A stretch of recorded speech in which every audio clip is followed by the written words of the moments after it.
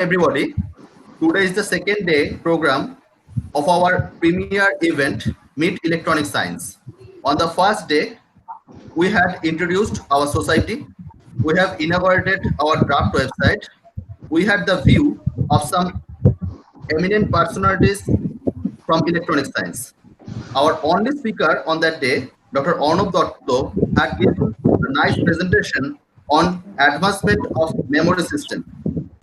He was the he was from IIT Roorkee and BSc and MSc in electronic science. We had our senior teachers, Professor Asian Sarkar, Dr. Rafi Ahmed with us, and we had our alumni, Dr. Omlan Chakraborty, ex-dean and professor, University of Calcutta, Dr. Obhijit Mollik, professor, Department of Electronics, University of Calcutta, Dr. Subhash Chandra Saha, HOD, Vidyasagar University, Dr. Sutanu Dotto from ex-HOD, Vidyasagar University, and many more with us. And today we will continue with the speakers from industry who are the alumni of electronic science. Now I will request Durjoy to take over the program and continue with you. Yeah, good morning, one and all. It is my formal duty to introduce Abhiyan Bhattacharya, who is happened to be my friend, and now he's our speaker. Abhiyan Bhattacharya is presently serving as a scientist in TCS, Tata Consultancy Services Research, Kolkata, India. He has been serving the industry for nearly 17 years. His current area of interest are network protocols for IoT, low latency communications over the internet, 5G, baseband signal processing for wireless communication, etc. In the past, he has provided technical leadership to several critical projects in India and abroad on contemporary digital wireless communication protocols. He has authored several peer-reviewed international publications. He has several granted patents in multiple geographies. He has played a lead role in representing his organization in Internet Engineering Task Force, or IETF. He has co-authored the first ever indigenous internet standard from India in the form of RFC 7967. He has been awarded with IETF fellowship multiple times under the Next Gen Leadership Program of Internet Society. He has recently been designated as Asia Pacific IETF resource person by Internet Society of Asia Pacific. He is also visiting faculty to the University, Kolkata, India. This is a very formal part. And the very interesting part of his career that we always hear about this internet protocol, the security standard, and all these things. And we know the numbers, everything. Abhiyan Bhattacharya is the person who himself written such a protocol called RFC 7965, 7967. So, being a ex-student alumni of electronic science, and as his teacher, Dr. Rafi Ahmed, a few minutes ago, aptly said, if he was somehow in the academics, he must have made a very eminent researcher in the academic field. But anyway, he's still in academics and he's developing the standards. And I would like to request Mr. Abhiyan Bhattacharya to enlighten us about his work and opportunities available for the students of electronics. Over to you, Abhiyan. Yeah, the only problem that I see is I'm not able to share my screen. Is it disabled or? No, it is enabled. Just a minute. Okay. Yeah, sorry, I missed it. The camera, your camera must be off. Abhiyan, your camera is off. Yeah, he's presenting right now. Okay, I would request everybody to mute their mics during this talk. Thank you. Are you able to see my screen? Yeah, it's okay. It is visible. Okay. Right. Thank you. Please mute your videos, everybody. Thank you. Okay. Thank you, Prosenjit. Thank you, Durjoy, for your introductions. and thanks a lot for inviting me. And it's really an honor to speak in front of my friends who have all established themselves in the academic arena. And of course, my unforgettable teacher, Mr. Rafi Ahmed. Uh, During the very initial stages of the start of electronic science in the graduation level, we had a very turmoil period, and basically it was the situation that led to a nice, friendly collaboration between teachers and students. And I know the mammoth task that Dr. Rafi Ahmed had to take on his shoulder, given the initial the initial hiccups that we had during the course. And I still remember those days, and those are, while there were some joyful moments, obviously, and but at the same time, we had been through certain situations of difficulties, which at that time might sound like a little bit weird, a little bit hasty, a little bit nasty, but that has helped learn a lot in the longer run and prepared to lead a life in the amidst uncertainty, but yet fetch success in the end of it. So there is always light at the end of the tunnel, and we have to believe that.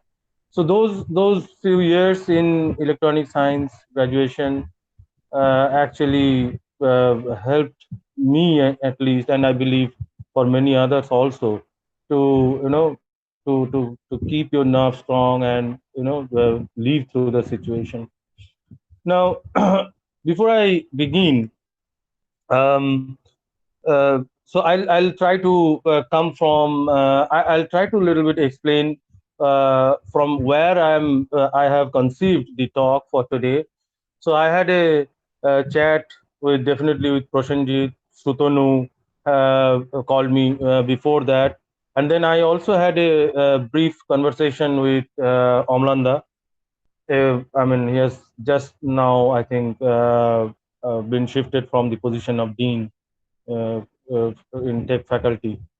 Um, so what I understood is basically at this point of time there is a little bit of little bit of uncertainty, and I take it a positive way. Uncertainty in terms of the value proposition for studying electronic science, and that uncertainty. When I say uncertainty, I take it in a very positive way, because you have uncertainty because you have several options. So if you are given a question paper where you have multiple options to answer, then uncertainty arises because you don't know which is the best one, and that is why perhaps the uncertainty is there.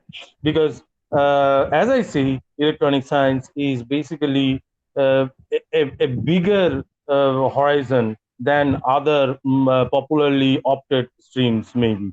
Okay, so let me first start with how I have perceived electronic science. Now, personally, while I did take a keen interest in core physics, I also slowly grew an interest in the communication technology and the mathematics behind that, and the physics behind that, the radio wave propagation, how the electromagnetic wave. I still remember Rafi sir used to provide us very illustrative notes on these topics. So I had a fundamental basis of semiconductors and circuits. On top of that, I started to learn principles of communication and networking. So when I then advanced on these topics, I got admitted into BTech IT at that time. This lateral, inclusion, because it was possible in radio physics and communication, radio physics and electronics at that time, and IT. I'm one of the I'm one of the first batch students of information technology in Calcutta University. Now, obviously, it has gone under a different hood, different administrative hierarchy. So then came signal processing to enforce that. And so signal processing is a horizontal tool which can be molded to different aspects. I mean, you can do either image processing. You can do even AI uses some bit of signal processing. And signal processing, one of the very major domain of signal processing is communication engineering. And what I found is that I had to actually work in multiple domains. I have to do a little bit of image processing also in my career. I had to do a little bit of video. I'm right now. I'm doing a little bit of video processing and video streaming, video communication, and so I had to learn. I had to learn the nuances of video. And I have also, in the past, for around 7 years, I actually developed the 3GPP stack for EHSPA, for HSDPA, then CDMA 2000, GSM, and LTE, because that time LTE was at a very nascent stage. I'm talking about 2008, 2009. LTE final draft was not yet ready. And while doing that, the receiver algorithm, the radio front end, the transmission algorithm, everywhere there is signal processing.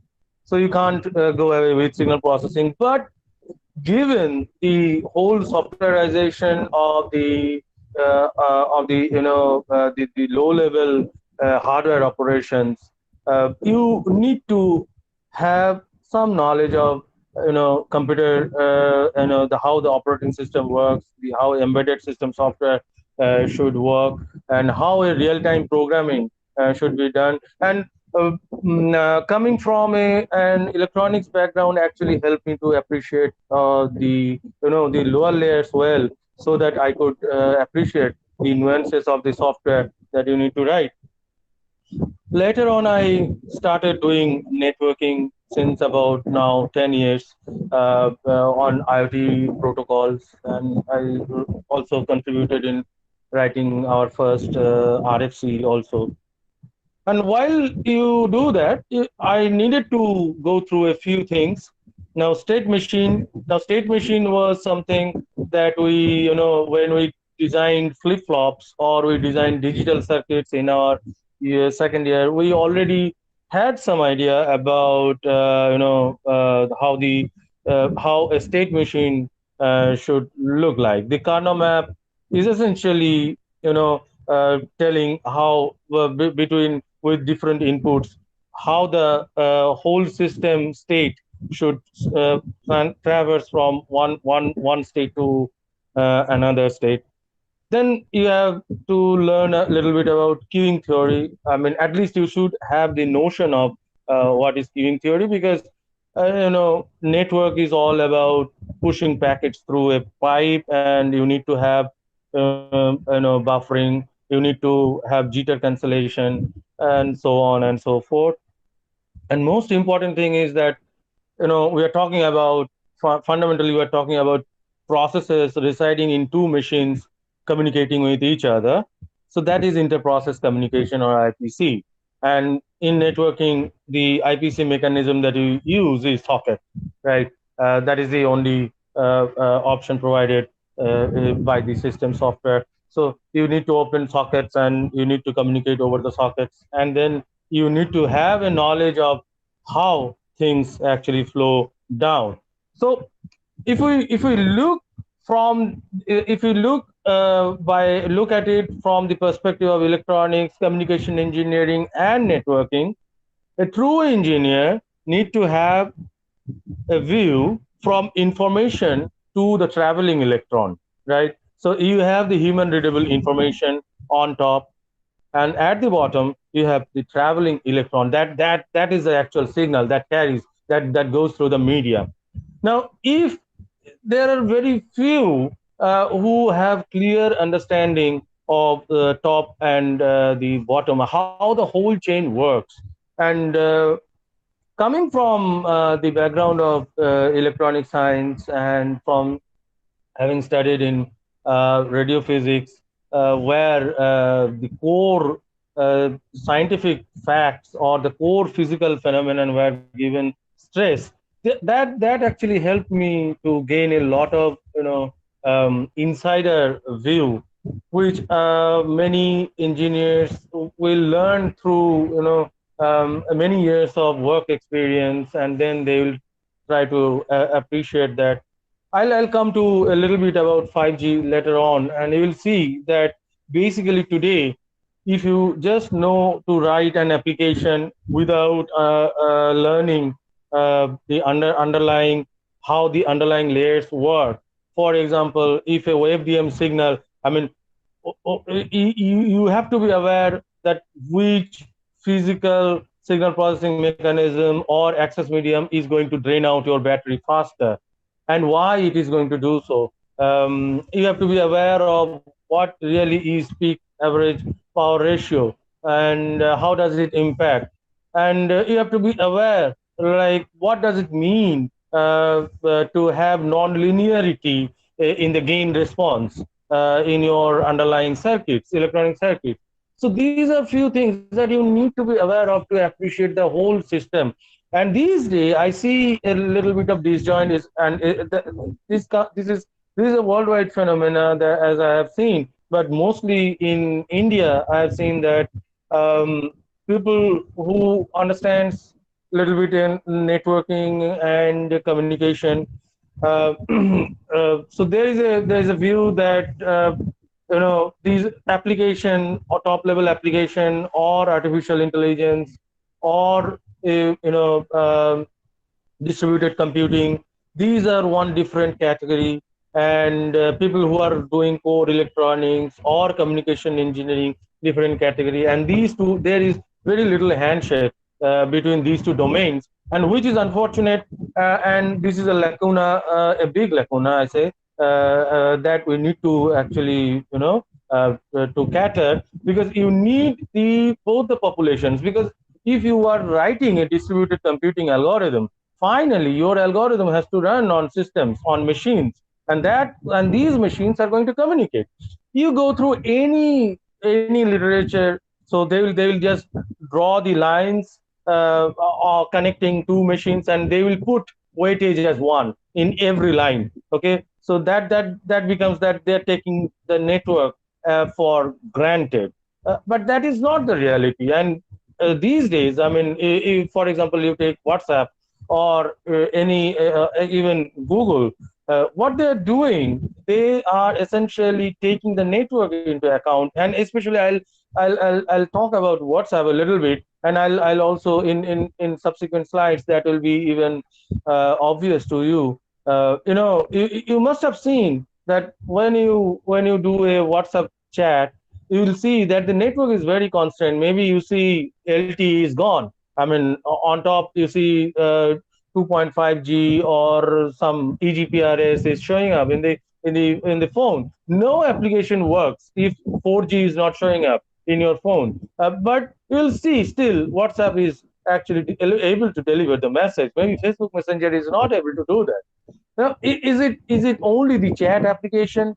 Is it only the network arrangement? There are other factors also. I mean, they have considered the constrained names of the network, and they have optimized the software stack that way.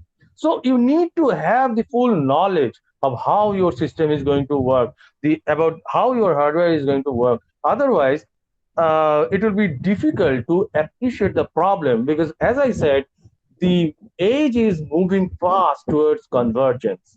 Now, the advantage of this is of being from a much more at a mezzanine state of electronic science. I say electronic science is a little bit of mezzanine state because it knows quite a bit of physics, and it knows how computers work.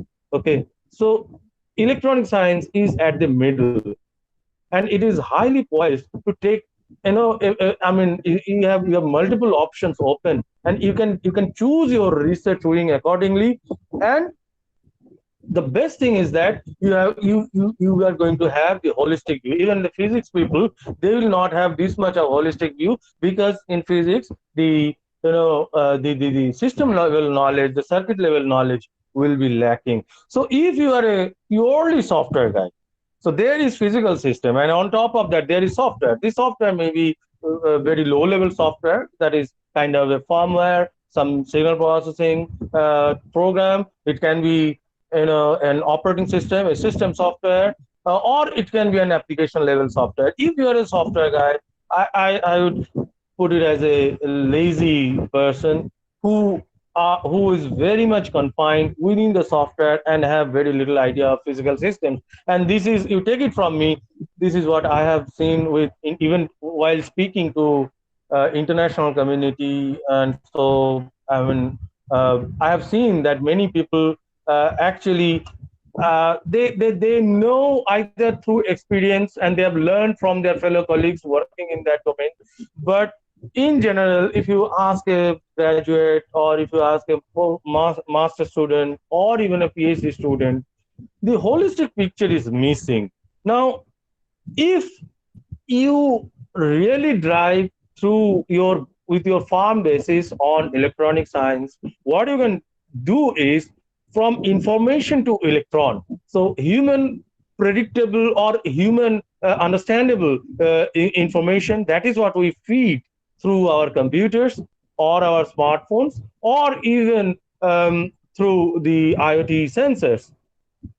That information translating to an electron, if you are able to view the whole structure, then it's a bingo. I mean, you can do anything, right? So that is the advantage that I would like to portray before I move to the next the core some of the core topics.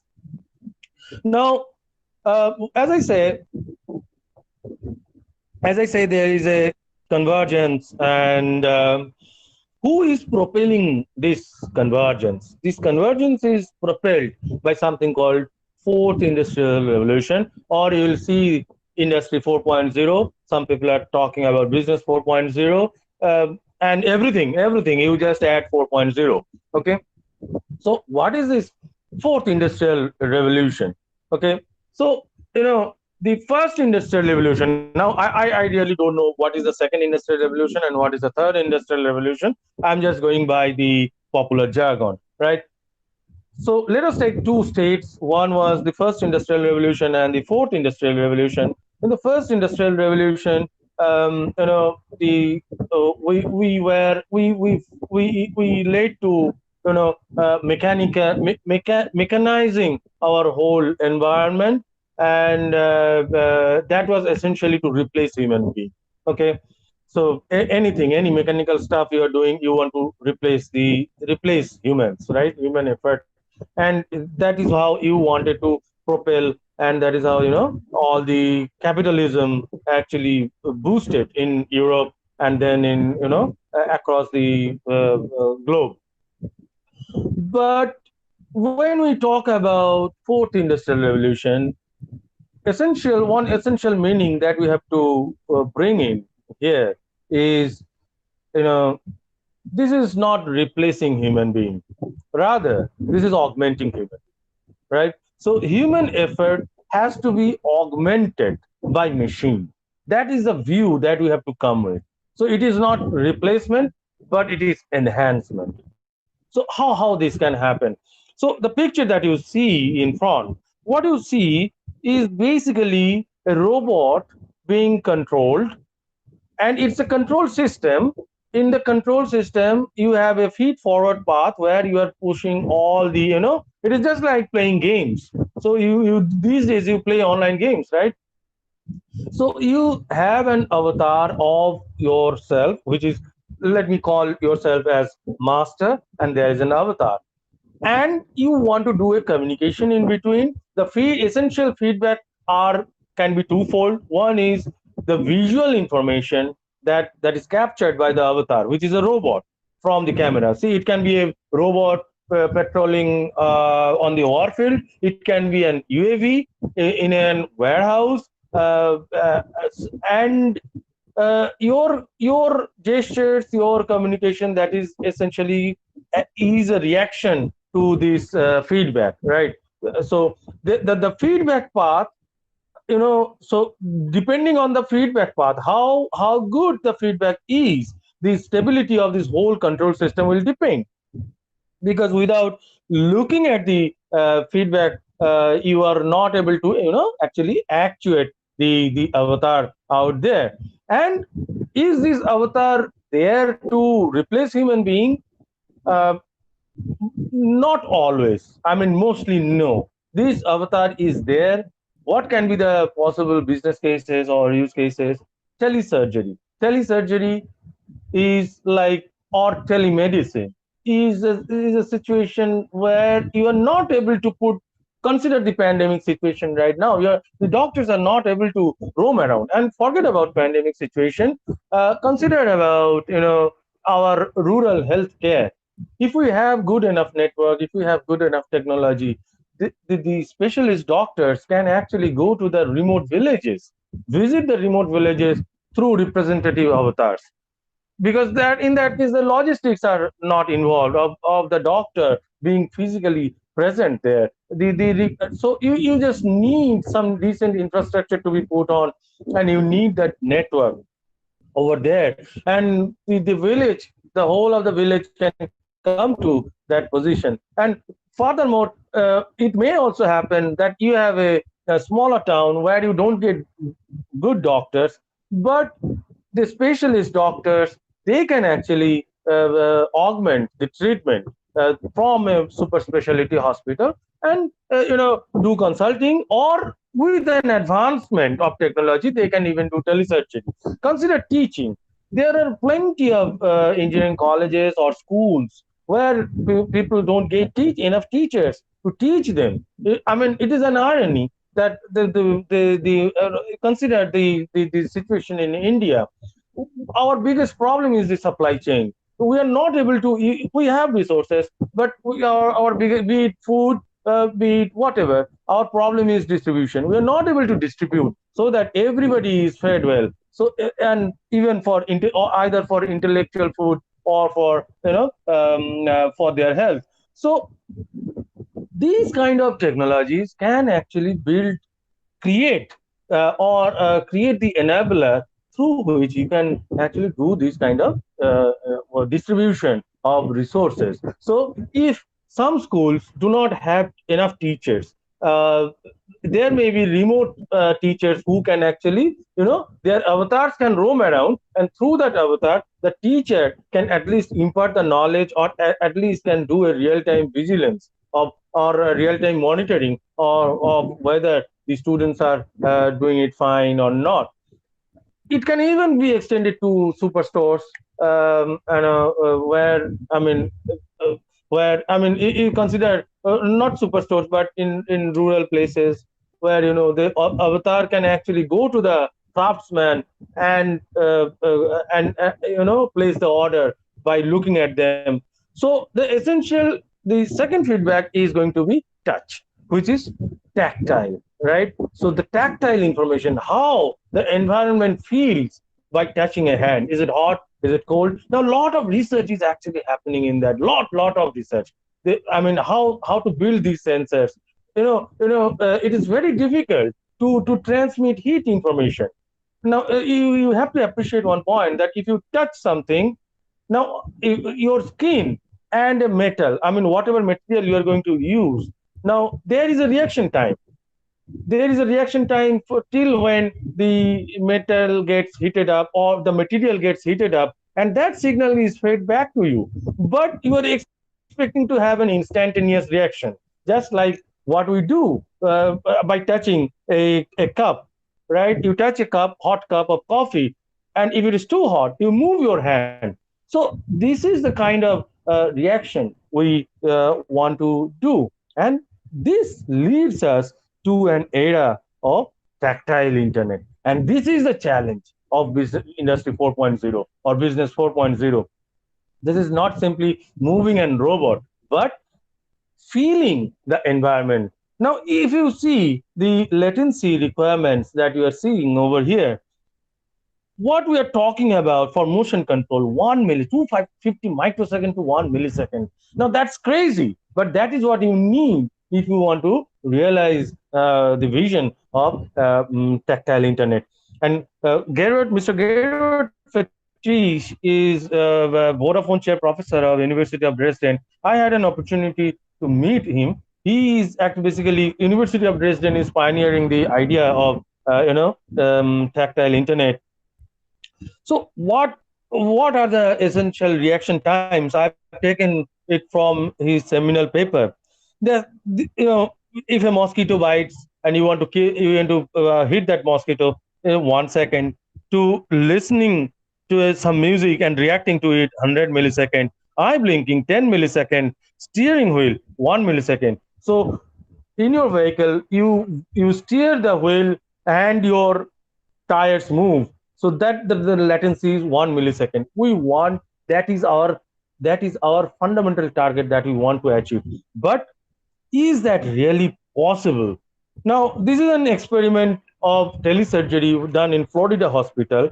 So they did it over a very dedicated network with a dedicated pipe, and this communication was transatlantic. So if you have a dedicated pipe and they did these telesurgery experiments, so 100 to 200 millisecond, 100 to 200 millisecond is kind of considered generally safe. So you have to appreciate that this is a matter of life and death. So sudden loss of signal, it has to be carrier grade, because sudden loss of signal in between may stop one knife, in between, and blood will start oozing out, and it can cause death to that person. Now your robot is moving, the robot has to react instantaneously. Suppose your robot is moving inside a mine and you want to see, or you want to do a recce of whether people are trapped in that inside the mine. Now something suddenly falls off and you have to react suddenly from a remote end by seeing that, right? So the reaction time has to be very less, and any intermittence in signal, any loss of signal, loss of radio is going to cause mayhem. This is that much critical. But if you do a speed test in your mobile, and you will see that even just to send a ping packet, I mean, if you have a very good network, it will take more than 50 seconds these days, or you are lucky through your broadband. And if you are hitting a server, maybe in Calcutta, sitting at in Jadavpur or somewhere, it might take 40 to 45 seconds. So that is just to transmit one packet, one ping packet, and getting the response. Now you have to consider that there is a whole stack of application logic built on top of that, and you have to do it that way, so that you are able to meet these criterions. Now, right now, this is really sounding like science fiction, but the technology community is working. So if you are a researcher, there are two things of research. So tactile, when I say tactile communication, so tactile itself is very much related to material science, is very much related to electronics, sensors, right? And also it is related to networking. It is also related to the access technologies, and it is also related to end activations, right? And of course networking protocols. So there is a plenty of opportunity that you need to do. You have to just find out what are the tactile sensors. Let me tell you that this is still an evolving area, and having a tactile gloves at a low cost is a real problem, because I'm working on this. This is right now one of my core areas of where we really depend on these hardwares to outside. We don't have these manufacturing capability inside, but there also we are seeing that transmitting touch is a really difficult problem, and many people are actually investing in that. So whether tungsten is the right kind of material to do that, and how that sensing has to be, when the sensing happens, you have to sense that and transmit that, and that has to happen with very little latency, so that the network delay, the delay that will have in the network might get compensated by how fast you are able to send that information to the other end. So plenty of new areas are there, and VLSI is involved on that. Now, having said that, you have to appreciate that whenever we talk about communication and anything, everybody wants to communicate with internet. If there is no internet, there is no fun. So we will try to look at this matrix of modern age communication, which is the internet. And without internet, industry 4.0, business 4.0, or any wireless communication or anything, nothing is going to work. Even the digital video broadcasts are now switching to OTT. They also want to use this IP-based internet infrastructure, to transfer video, and it may happen very soon that even multiplexes will start playing videos over OTT. So that again leads to a lot of other issues, other problems, not only related to networking, but also related to signal processing for video, signal processing for audio, and even what people are talking about. IEEE has started a new standardization activity on tactile internet, and one of the use cases, you'll wonder, people are saying that they want to do a tactile broadcast through OTT, over the top. What is a tactile broadcast? So it may happen that there are certain actuators at the user premises or some devices, and I don't have that much idea of what devices it is going to look like. But if you are saying something, it is just like the 7D movies that you see in multiplexes or in cinema halls, 5D, 7D movies. So they try to create an environment where you actually feel that you are there. So it may happen that Hulk punches in the screen and you actually feel that punch. So maybe your chair is connected to that, and everything is coming through Hotstar or Netflix or Disney or Amazon Prime or whatever. So that tactile information synchronized with video is going to hit you, and that can again be the already I have seen the games or the VR games where you are given a VR and you have to do something and you touch something and you feel that touch. Okay, so that is also another thing. And now this VR, consider this being online, so multiple partners are going there, or you are given a VR glass, and there you are being shown that a virtual object has to be there, and you have to put in that object, and you want to see that how that environment is going to look like. And then you have to touch the surface of the wall or the environment. You have to get that information, and maybe then you have to choose a virtual object and place it there and see how is it going to be. So this is the whole kind of the use cases, the scenarios that people are talking about, and you need a multitude of innovations out there in different domains. Now coming to internet, how internet all started with all this business 4.0 and all these things. Where did it start from?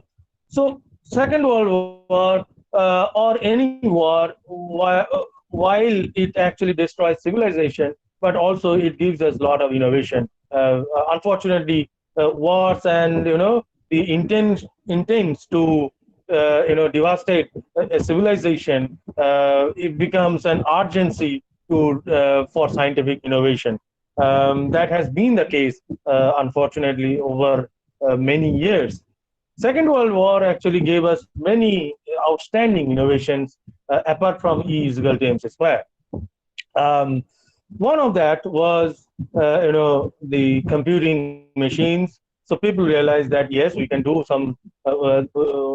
faster computing than humans. Machines can actually help us compute. And at that around those years, sometime Mr. Alan Turing, he came up with the idea of how can you say that a machine is able to replace human. So the idea was that a machine is able to replace human if behind the wall there is a machine and there's a human customer coming, or a stakeholder coming there, and he gives a job behind the to somebody behind the wall, and that when the job is executed, this human person is not able to find out or is not able to understand whether the result of the job request is performed by a human or by a machine. Once that happens, then you say that a machine is perfectly intelligent.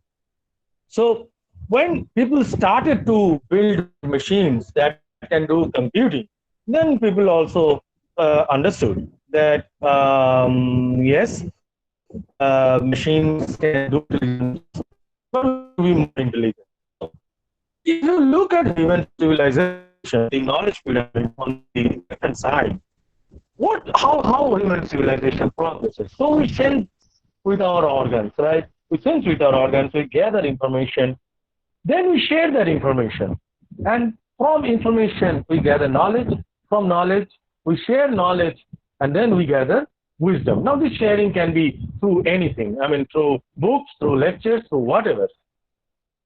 And that is how human civilization progresses to future. More wisdom, more sharing of wisdom will only create more wisdom, right?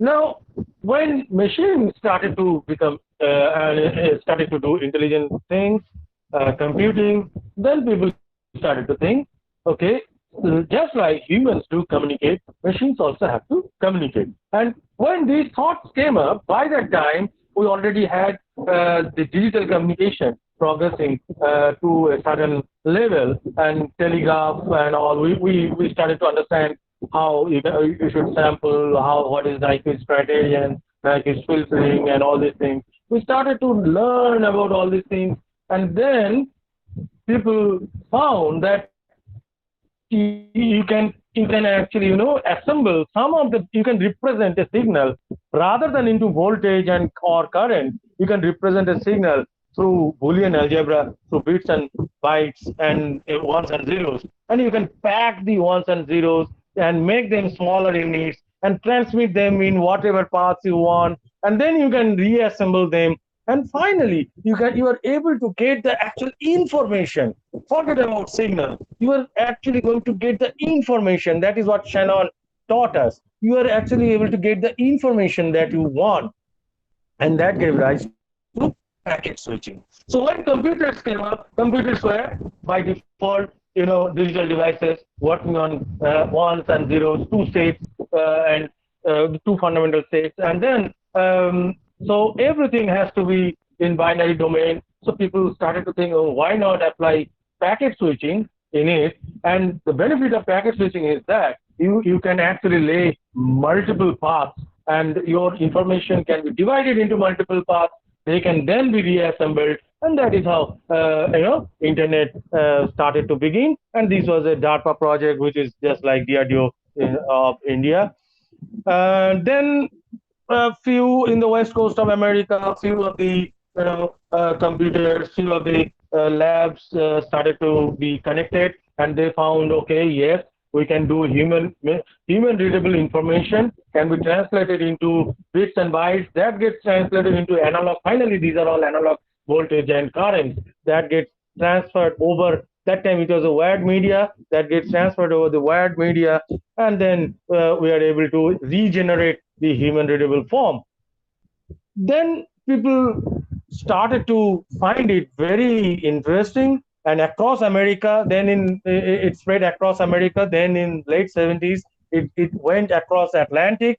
In India, it came around 1982 or sometime like that in the form of RNet. That time it was not called internet. Okay.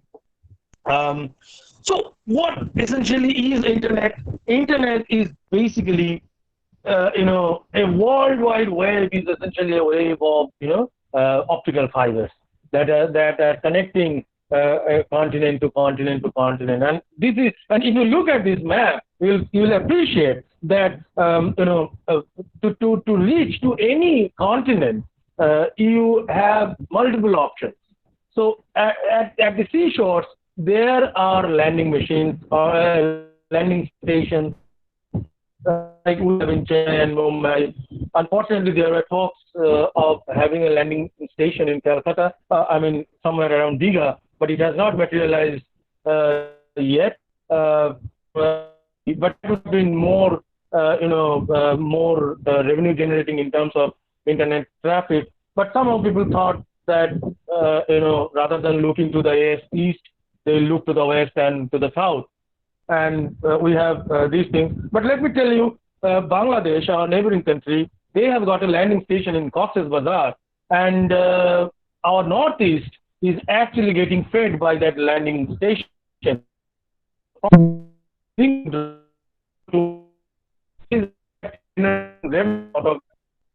had something in Sundarbans or in the coastal regions of West Bengal, then probably India would have got a big share of that revenue because of neighboring countries like Thailand, Malaysia, Singapore, all the traffic, or Burma. So many of the traffic might get then routed through West Bengal, through India, through the West Bengal landing station. But Bangladesh has actually grabbed on that, and they are earning a lot of revenue through this thing. And this is something called internet economy. So this is a new term probably I'm giving you. So those with an intent to read, do some MBA or something in further. Now this is also another lacuna that we have in our academia, and even I've spoken to IIM guys. Internet economy is something that should be researched on and by going hand in hand with technological minds, and that a structured internet economy is going to feed the next generation digital economy for any nation, including India. So that is something I'll leave to academicians if they have their connects and they can start. Many nations have actually done a lot of PhD work on how internet economy can boost the overall GDP of a nation. And you take it from Finland, the small countries like Finland, and forget about USA, Finland, Sweden. They have done a lot of study on how internet economy can actually boost them. And there are many cases, and that will be a separate topic altogether. Now, in that internet, what you essentially want is from one user to there is end user and there is an end server. You want the information, right? And in between. So it is just not the optical fibers. You have to decide how to route, where to route, where is the data to be stored, and all these things. So there is a plethora of intermediate nodes that are going to be, essential. And there is, of course, between the end user, the first layer is the, your last mile connection, which is either your access point or your base station or things like that. And there can be occasional firewalling to restrict some of the traffics.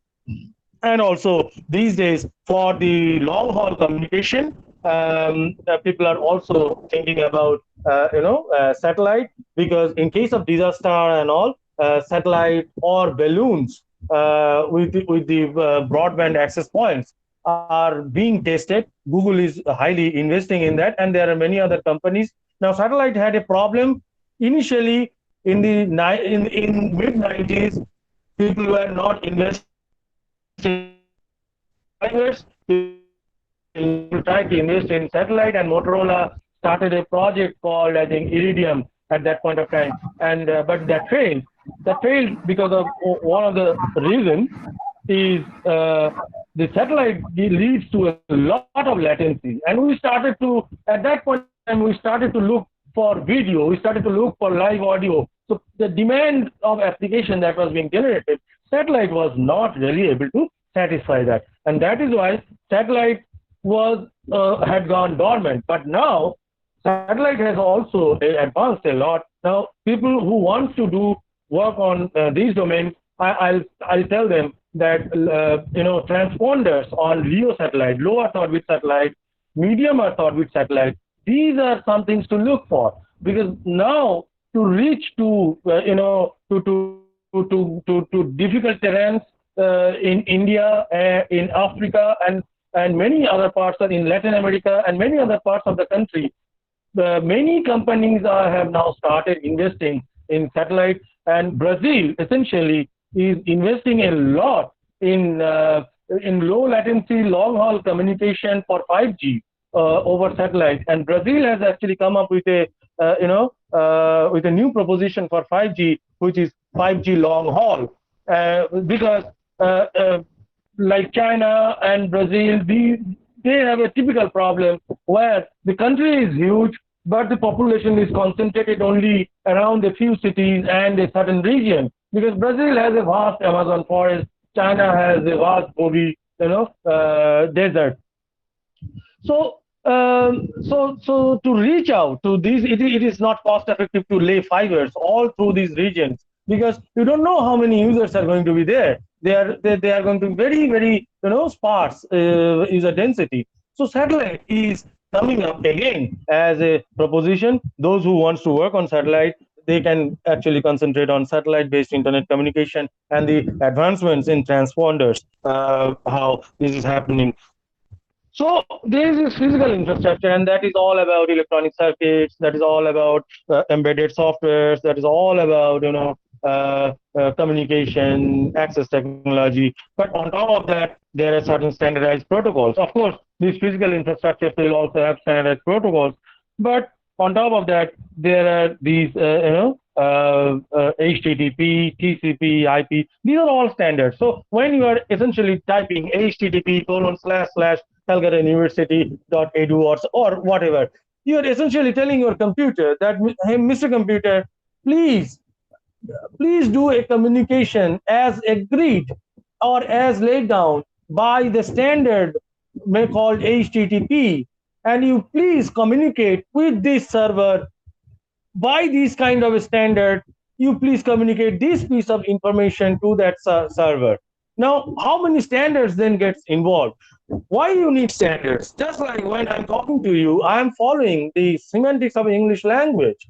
So maybe most of you understand Bangla. Now let us keep that aside. So as per international norms, I'm following the semantics of English literature. I'm English grammar. I'm following the syntaxes of English grammar, and you are able to understand me because of that. Now, if I don't adhere to that, I make my own grammar, you will not be able to understand. So we are talking about a distribution system which is globally distributed, and you need to have a global language for that. And that is why standardization is very important in internet or any communication. Now, you take your phone. I mean, it is following 3GPP standard. That means it is following certain technology. It is following certain signal shaping algorithms. It is following certain filtering algorithms. It is following certain scrambling algorithms. It is following certain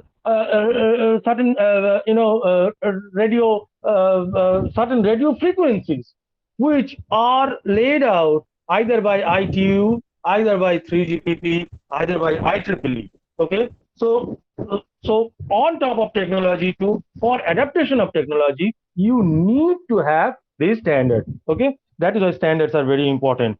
Okay, so when you say that what is your IP address, tell me your IP address, that you configure the machine, you are following a standard, because IP is RFC 793, which is or RFC 791, which actually tells how IPv4 communication should happen and what should be the address structure, how should declare a NAT. So everything is documented. So that is why standards are very important. When you talk about HTTP, port number 80, that port number is also standardized, right? So this is how the internet stack is going to look like. So from an electronics engineer perspective, go down the physical layer. So physical and data link, these are two layers entangled together on the chip most of the time. So you need ASIC, you need wireless front-end engineering. I'm talking about mostly wireless because now everything is slowly moving to wireless, and wireline is only mostly for the backhaul communication. You need signal processing, and in between you need embedded software programming. I mean, if you want to develop a ARQ or hybrid ARQ, you need this kind of embedded software programming on the, so that your hardware can actually work on that. So you need VLSI, you need digital signal processing knowledge, and all these things are required there. On top, these are all application or system level software. Your IP is a system level software. Your transport layer, TLS or DTLS, that has to go into the kernel of your machine. The security has to be there in the kernel of your machine. On top of that, some part can be you can write your own application layer if you have control on the other end to which you want to communicate, or you go by, for example, when your system comes with the browser is already equipped with the code for HTTP programming, right? So I mean, for putting HTTP requests, and that is why readily in your browser you can type http:// something, and you are able to get the this thing. So this is how the standardization works across the stack. So this is another view of how this communication can happen. And you have to appreciate one fact, that things can go wrong anywhere. And when we're talking about low latency communication, really you are at the mercy of God, because you don't know where things are going wrong. Because to make it cost effective, I'm not going to, for a rural healthcare, I have to rely on the public network, because if I have to go for a lease line, the cost will shoot high, and it is not a scalable model. I have to create a technology. We have to create a technology which will be cost effective, that will use the public internet, and yet is able to give me the reliability that I'm trying to get. So there can be plenty of problems for what can go wrong. There can be congestion at the internet. There can be losses, and etc.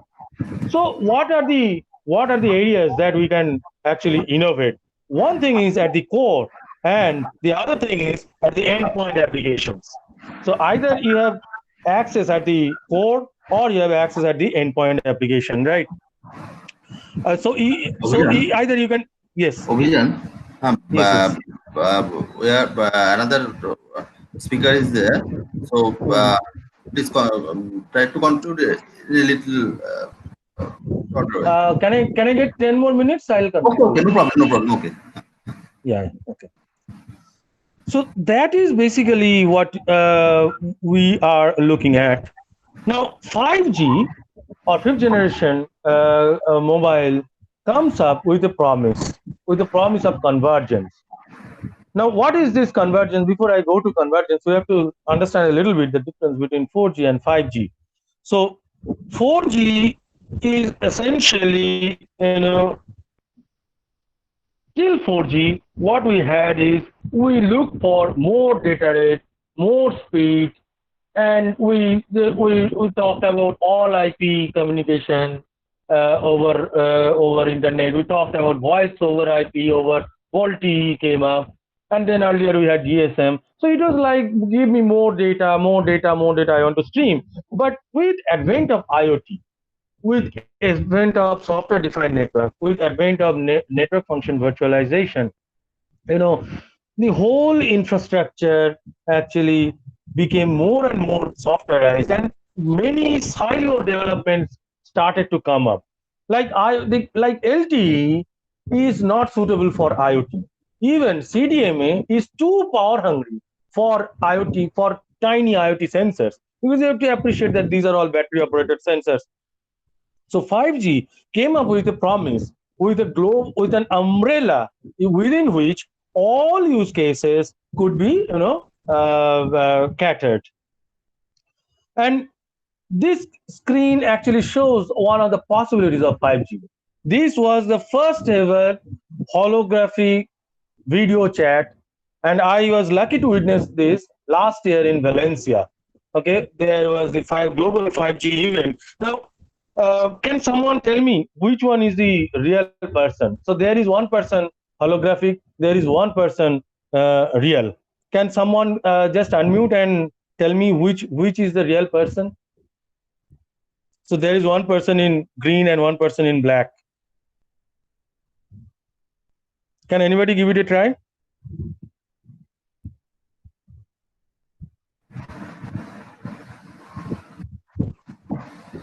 And the black one is holography. Uh, Black one is holography. okay. Actually, it is the other way around.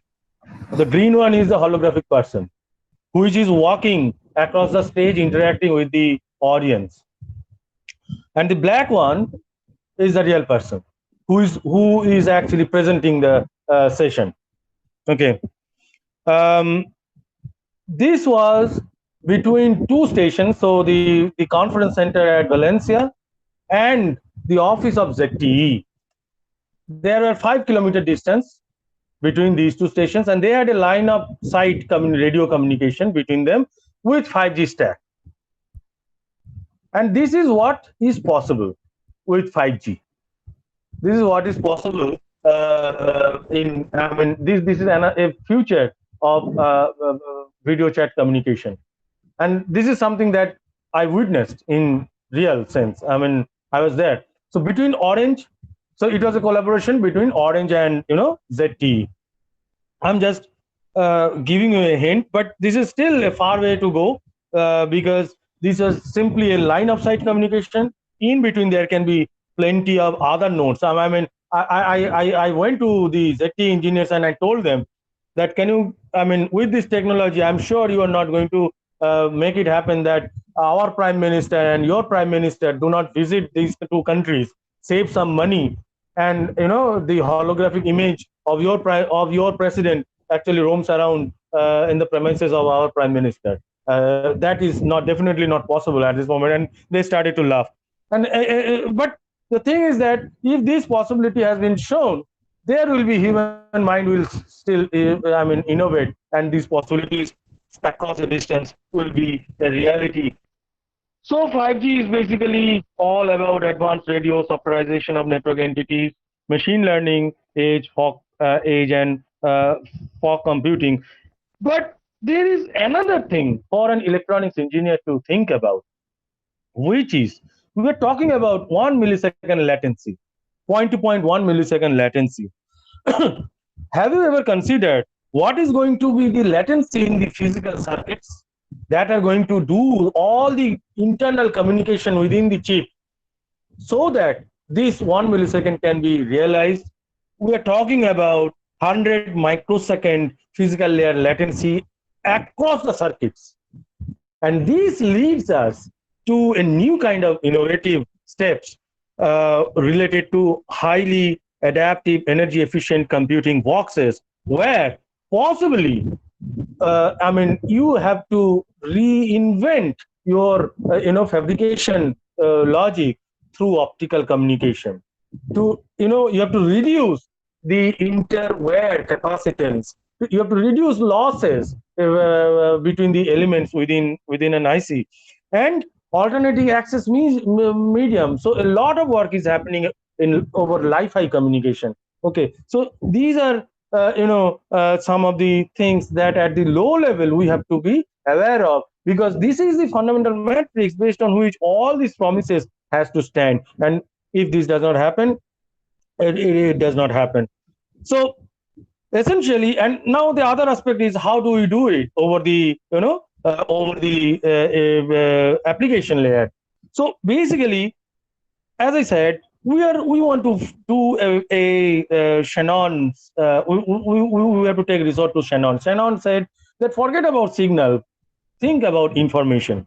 So the idea is, if there is a loss through signal processing or by some mechanism, can I recreate the signal? With the existing knowledge, with the existing information, can I regenerate the lost information? So this is the problem statement. I have some bad link or some unpredictable link. I don't have any control on that. But on the other side, can I use signal processing at the application level or something, some intelligent video processing, some intelligent audio processing, some intelligent image processing, some intelligent processing of the data, individual data that is coming, and I churn out something out of it so that I can regenerate. So you have to be, more vigilant at the application layer. Now, coming to one example that we have come, and I want to conclude with that. We actually worked on a use case for streaming in a lossy environment from a UAV to to one video consumer, that can be a human consumer or machine consumer. You need very low latency. And what we said is that at the application layer, we looked at the content, we looked at the each individual packet, and we decided that what is going to be the semantics. Should I do it reliably? Should I transfer it reliably or unreliably? So this is a real-time, very nice example of how real-time analytics can go into the top level with the knowledge of the underlying video, the signal processing elements of the video. We are also improving on top of that, and these actually use our RFC, and this is basically a picture from inside my car that I use, and this is a setup of with the GPS sensors and all these servers and clients, everything that we used at that time to implement our RFC. And this was I don't want to explain it. This can actually become in its own medic, it will become a separate session. But these then become, this is now being used in the standards by which Philips Light is using for automating, their remote controlling of their light.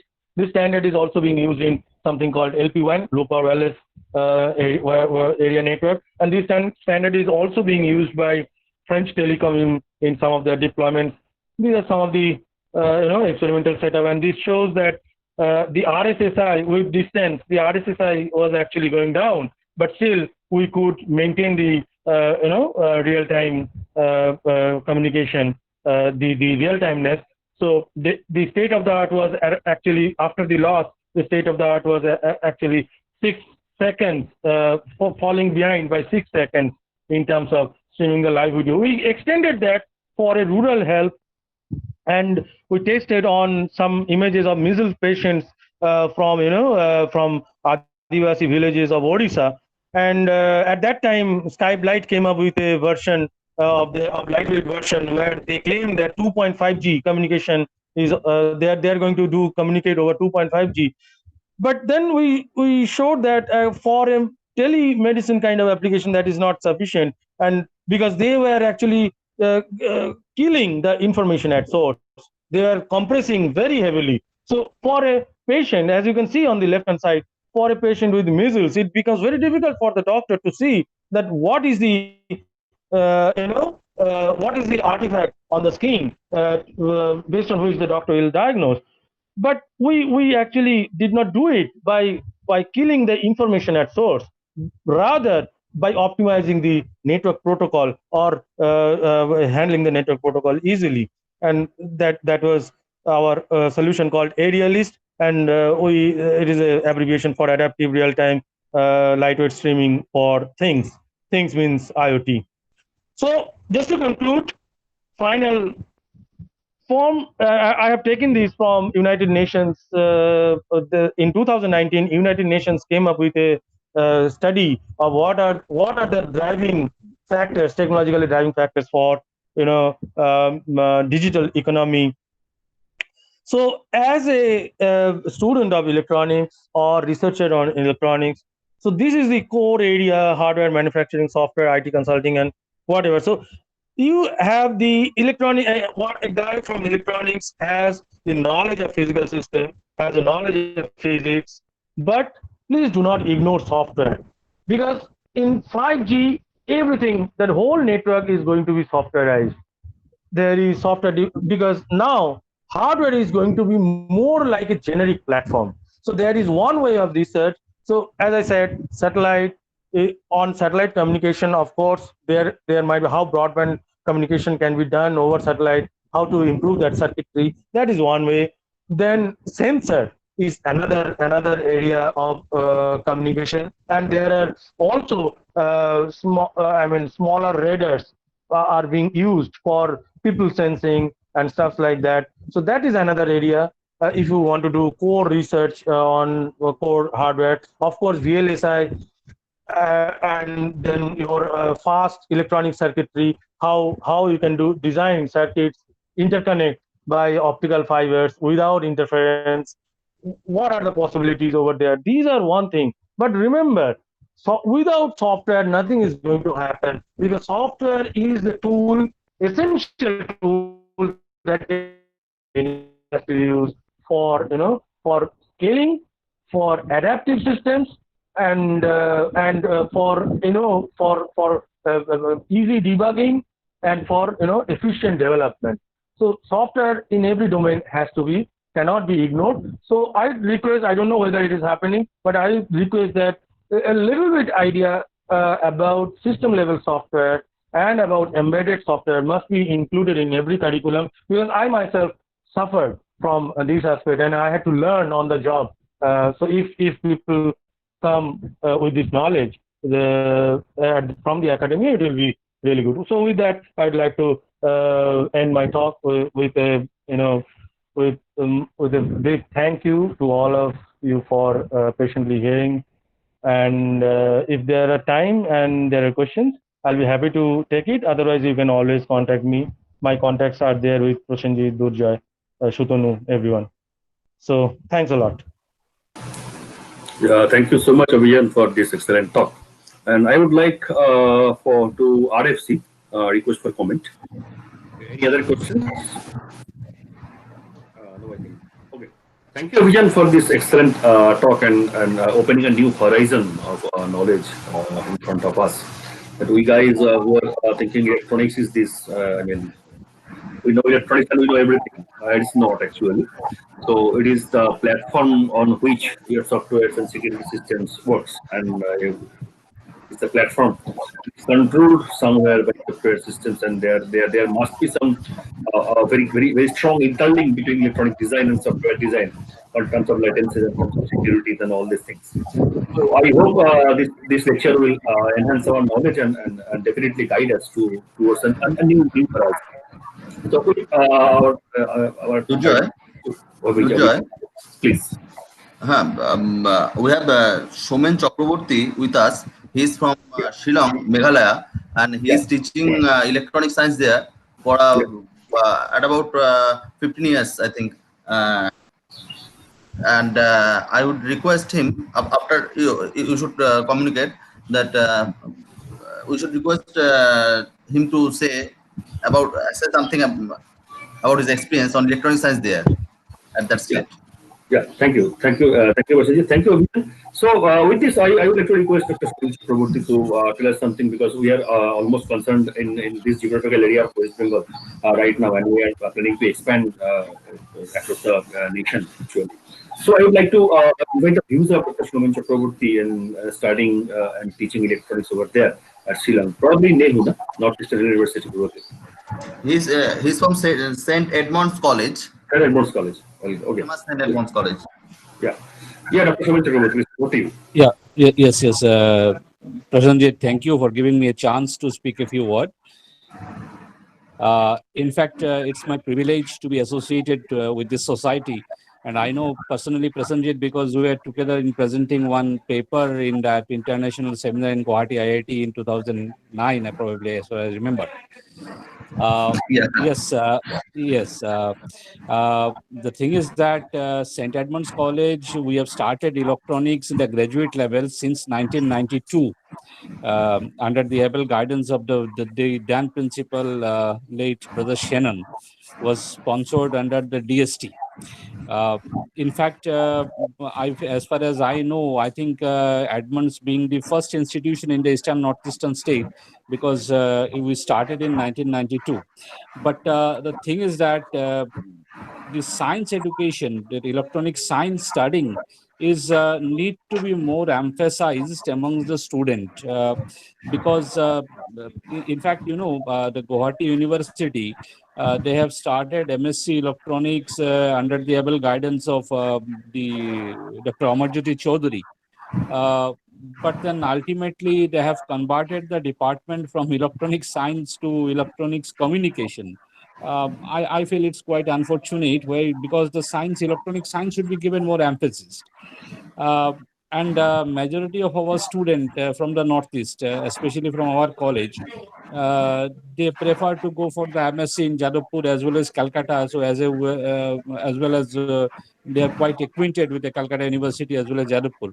But I must appreciate your initiative, and it's a good opportunity and a good platform where we can emphasize and we can do more work to highlight the electronic science, because technology is needed, but at the same time, if we don't emphasize on the science, we feel that, at least my feeling is that we need to do some more work. So I hope in future through this platform we'll be able to highlight this electronic science amongst the people. With this few words, I must express my gratitude to all. Thank you. Durjoy? Yeah, thank you, Dr. Chakraborty, and exactly these are the views we share. Actually, we also think that somehow the science behind electronics is getting ignored day by day in different institutions across the country, and that is the reason why we actually need to get on a platform to make our voice louder, because electronics engineering was there since long, and electronic science was started in 1986 onwards, 84 onwards from in different Indian universities. It Yes, is correct. it was just to strengthen the science, because electronics engineering was a more application oriented thing, and the science behind electronics was required to be entrusted upon, and that is why it was started. But nowadays, somehow, the science is being ignored somehow. So hopefully, we can make our voice so loud that the actual guys who need to listen to us shall listen. So with this hope, I would like to invite our next speaker, Dr. Gurpratap Shah. Passed his MSc from Electronics, Department of Electronics Science, Calcutta University, 2002, and he was our classmate. And after that, over 12 years of professional experience he have in R&D sectors of leading EDA software industries in the field of atomistic process simulation, process integration for nanoelectronics devices, and VLSI design. He has strong professional expertise and multiple publication on CMOS and FinFET technology. The FinFET technology is currently being used in almost all mobile processors. Technology for analog and RF application, and non-silicon power devices for automobiles and IoT device. So I would like to invite Dr. Gurpratap Shah, who happens to be senior R&D engineer of Synopsys India Private Limited, to enlighten us as delivery his talks. Over to you. Thank you, Durjoy. Yep. Yep. First of all, I would like to thank Electronic Science Society of India to invite me and give me this opportunity to talk in front of beautiful people, students, teachers, professors, and special thanks to Prashanjit. So I'm now sharing my screen.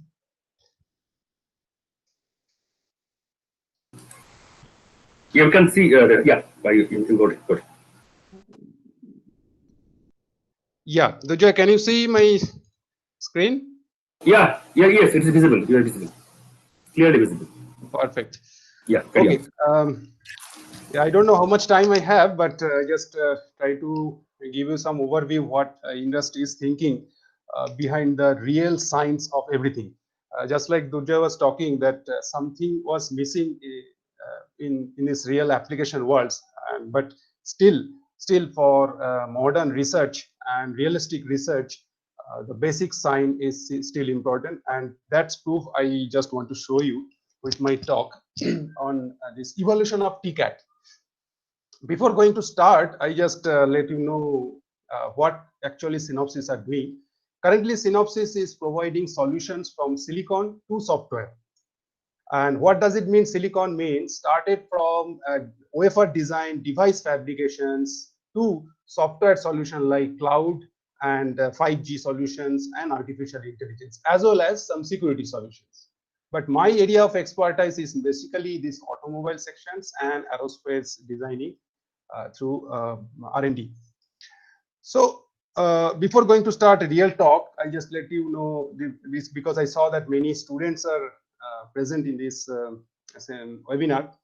So after doing different degree like UG, PG, or somebody goes for PhD or postdocs, the basic idea is how to come down from this green tab to this purple tab. That is how to earn. That is the major point, that how we can close the gap between our available degree and job. You can see there are different options for different peoples in different segments. I am not experts on this teaching and R&D sections, R&D in the sense of non-profitable specific R&D labs and entrepreneurs. You know that this has a very big opportunity in these fields. But from the industry point of view, I can give you some feeling and idea that how you can close your gap. Just remind one thing: your degree is just a smart card. Don't follow follow in this way, like I am getting too much marks and I'm in the top of the class means I can own the world. That is not actually true. Whenever you come to the real industry or a real work, then your basic knowledge and your interest is most important. So from Synopsys point of view, I can share some of the view how you can close this gap. So whenever you are doing your PG or undergraduate course in the final years and you are planning to go for some job applications, before that you can attend some of the internships. So here is the link I am sharing. I'm showing. You can easily copy and go to this link, and in that link you can find out what are the opportunities for interns and how you can tune yourselves, what basic idea you need to join as interns. Why I'm saying that? Because in the same page you can find out there is another point is called career fairs. So inside career fair you can find out what are the available job opportunities. Usually what happens, along with your degree and experience, you need some extracurricular activities, some extra points, so that company can easily grab you. So now you have to identify your potentials, and following that potential you have to grab more extracurricular activities. Now question is, which curricular activities I need to check? That you can find out in these kind of programs. You can join in internships, you can check the career fairs, what exactly company is looking for, and you can tune your resume, etc., etc. Okay. Now let's come to the real topic of discussions. I actually create this whole presentations in slightly different manner so that I can give you as much as technology informations what presently going on in the industry rather than going too much in depth. So technically speaking, technology CAD is a very vast world. But in layman's point of view, if you think, it is a part of EDA, electronic device automations industry, which basically provide simulation tool for doing process simulations, device simulation, and corresponding circuit simulations. If you check the advanced segment part of the TCAD, it actually give you a complete solution started from atoms to circuits. Something like you design a new material, you try to find out a new kind of material which is not silicon, not germanium, something new.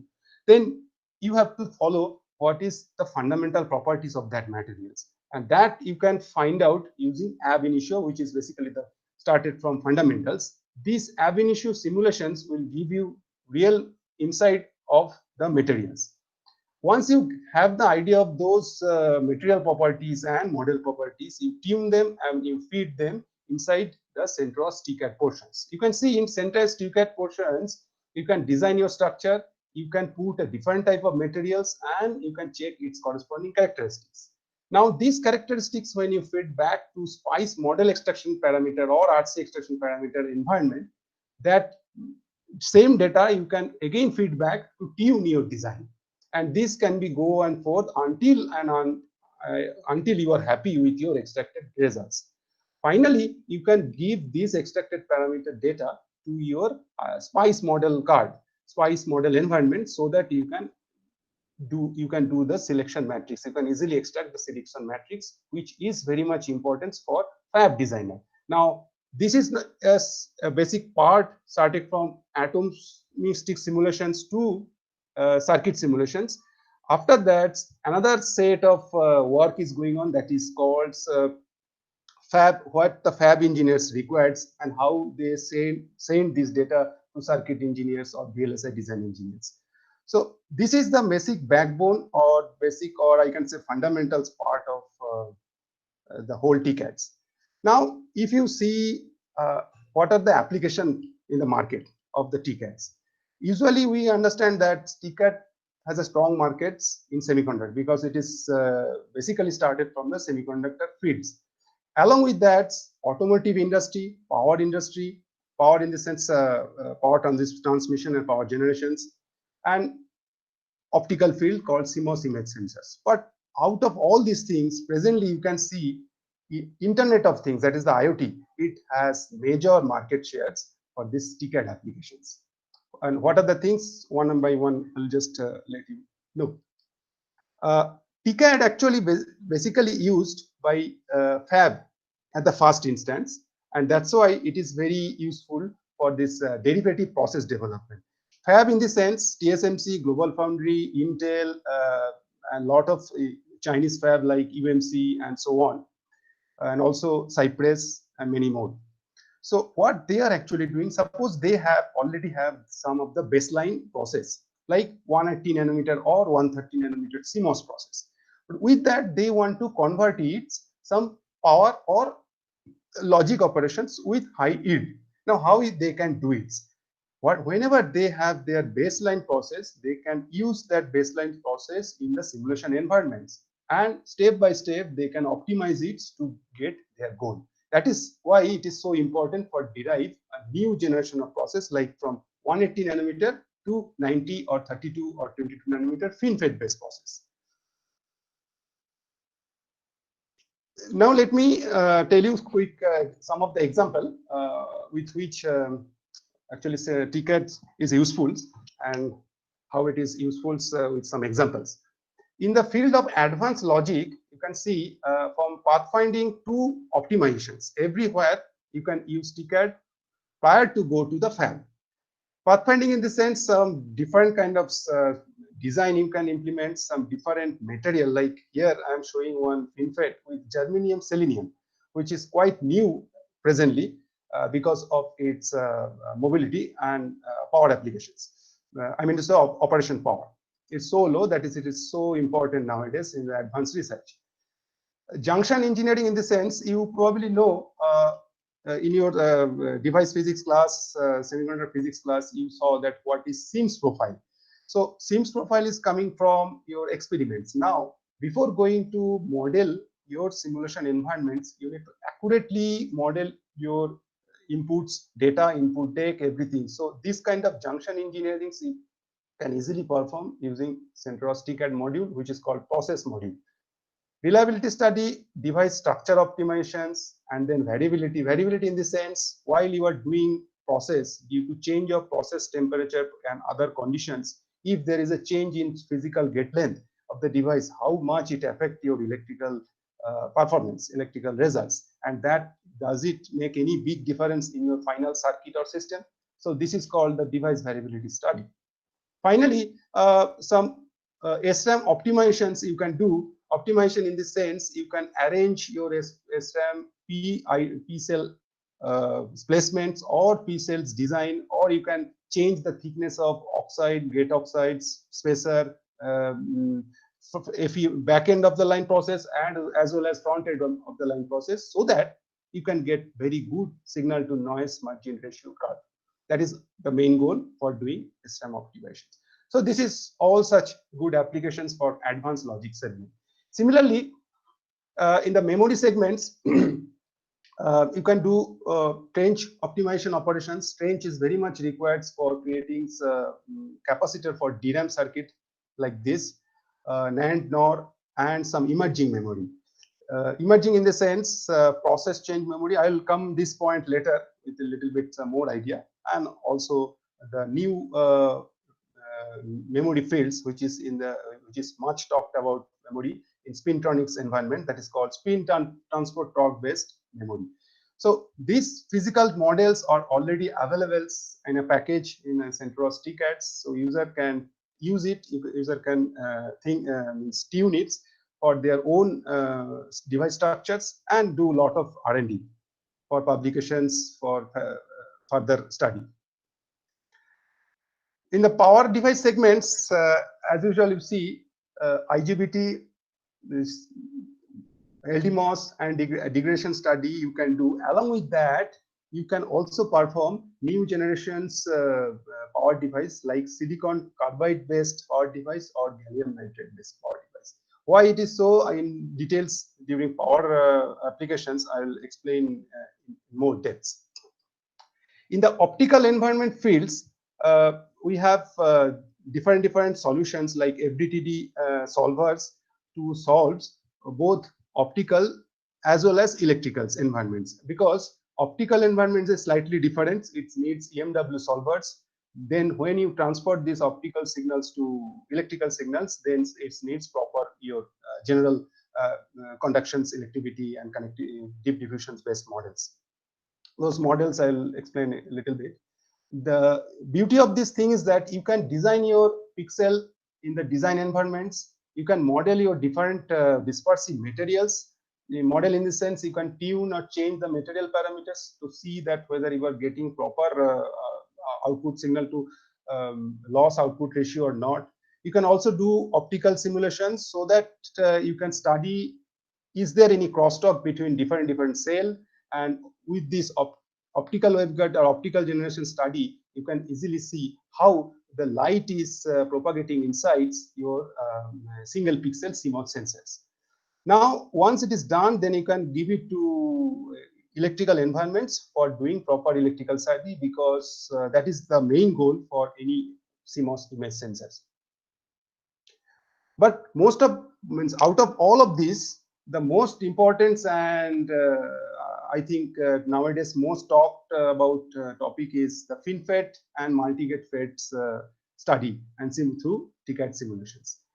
This is the domain where CentOS TCAD is nowadays #1 in all over the world, because CentOS TCADs have a true 3D process and device as well as process and device simulations.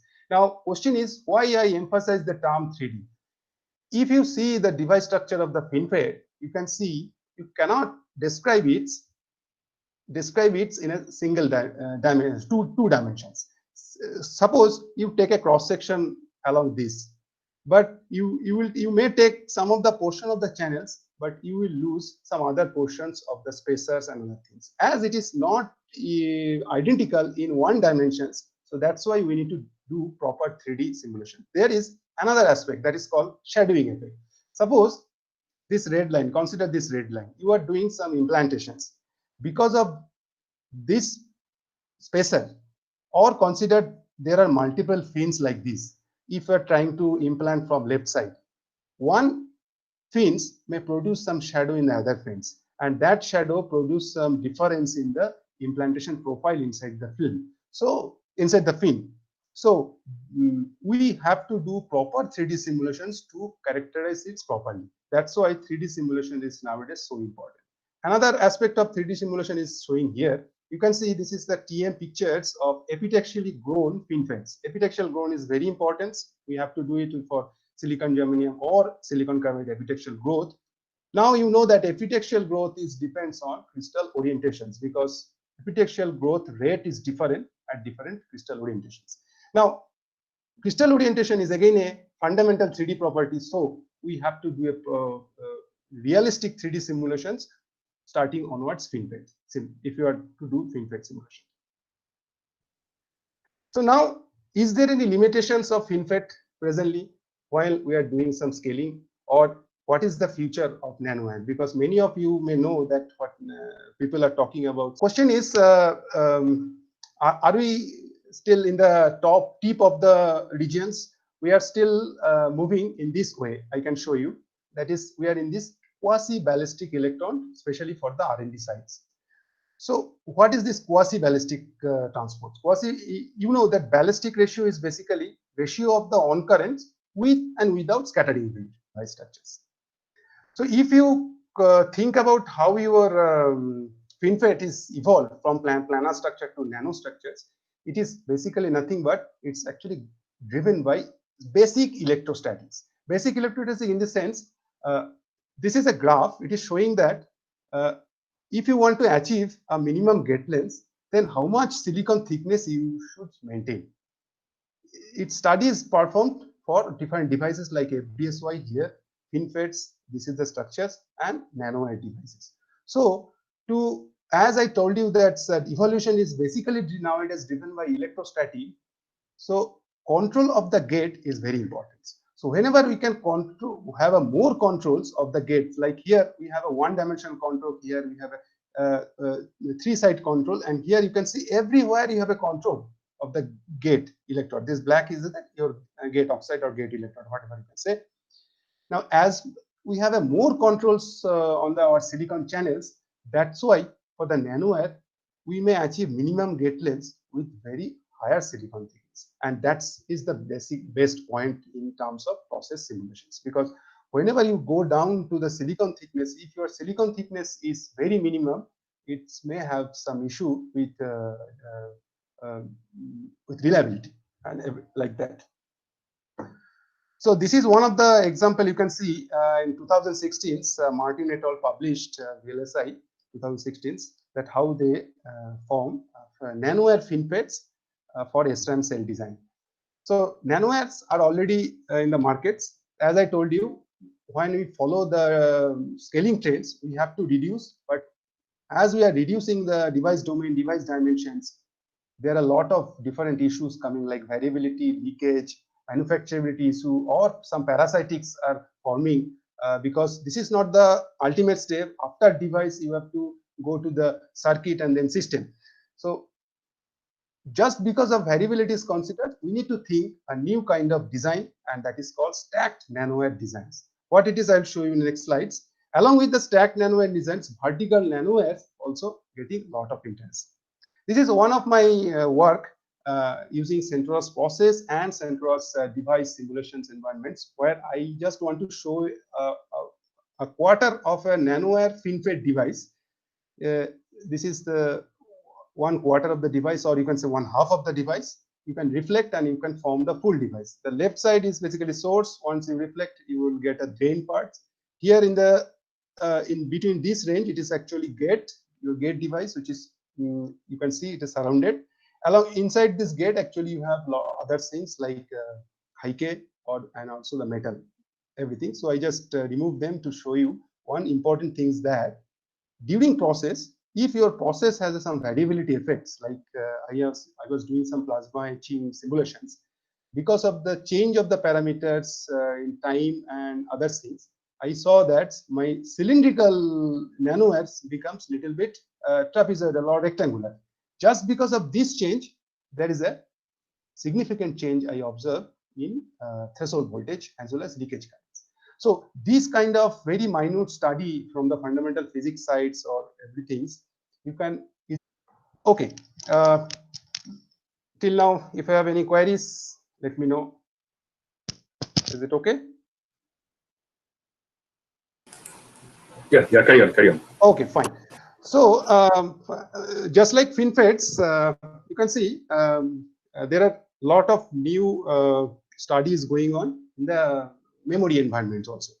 So first, let us talk about emerging memory and what are the mass players and major players who are thinking about this emerging memories. You can see nowadays so many companies are interested to do research and production also, not only research on productions in this this kind of spintronic based MRAM or phase change based MRAMs.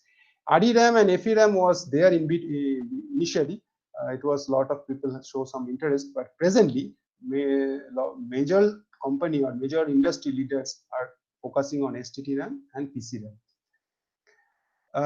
Beauty of the emerging memory is that we have a power of in-memory computations. In-memory computation in the sense, inside your memory device, you have a capabilities to perform the flip operations and everything. For that, you don't need to go for any extra circuitry like any other passive device. What we have in NANDs or DRAM devices, that I'll show you after some time. So basically, all these devices means operate in one basic applications, that is some sort of valve is theirs. Suppose I consider PCM. PCM is a device which use GST material. GST is the germanium, antimony, GE, SB, and T, germanium, antimony, and tellurians. This use here, and due to application of temperature, you can easily change the phase of these materials from amorphous to crystalline. So amorphous have a high resistive, whereas crystalline is low resistive. Because of these simple features, you can easily use it as a 1 store bit or 0 bit, 1 store bit and 0 bits. Same thing in MRAM also, magnetic RAMs, but presently magnetic RAMs is not much important because it's an issue with the scaling. So what we did to mix with MRAM in the latest technology trends or scaling trends, we convert it with spin transport torque based MRAM. It is a very emerging and important topic. Intels and Microns, all people are nowadays interested on cross point based SSD. You can see they're fabricating a lot of different devices on that, and X-point or cross points 4th generation 2 is quite booming. So basic background of this X-point is nothing but this again GST, but there are some other applications also available. So as I told you already, I explained. So similar capability is all available in TCAD environments, and in TCAD environments you can do the simulations of the phase change memory materials. You can perform the similar reset operation by crystallizing as well as after sometimes amorphizing and crystallizing, and then read your data. Here is some of the simulation results I am showing. This is also needs your fundamental background, physics background. STT MRAM or STT RAM was started long back 2006, but you can see the 3rd generation MRAMs is quite advanced. And because if you consider this technology dimensions and whatever 256 to 1 GB data we are storing using this new technology. So to advance the technology, what we need proper calculation in the beginning and do some simulations, and then we can go for final fabrications. Samsung is reported recently that they are using their FBS SOI technology to build the STT MRAMs, which they are actually using all these smartwatches for that. Yeah, another memory application is the DRAM. DRAM is again very important. You can see this is the basic DRAM structure. If we consider one cell of the DRAMs, it's basically consists one active transistors and storage device. Parallelly, people are doing a lot of research on active device as well as passive device, because for passive device for DRAM, passive device is very important. As we are scaling down to store more data, what we are doing increasing the length of the capacitor. You know, the capacitance is directly proportional to the height of the capacitors, correct? But reality, to produce this kind of long, high dense capacitor is very challenging because of this aspect ratio. This is one of the my simulation results for getting very good active device. It is called saddle fin based DRAMs, where you can see you have a more control. It's some sort of mix assemble of FinFET with CMOS to give a better quality DRAM, so that you can control your trap distributions and row hammer effect simulations in a better way. And all this study I performed in using Cepros TCADs. Let's talk a little bit about some of the latest power devices. These are the very basic power devices which day by day to day you are studying. Important thing is that in industry still this discrete power device is very important. So again and again I'm telling you, you try, whenever you finish your course, everything is done, but every day try to refurbish your idea, check the fundamentals are correct, and then do some mathematics using some simulator tools available with you.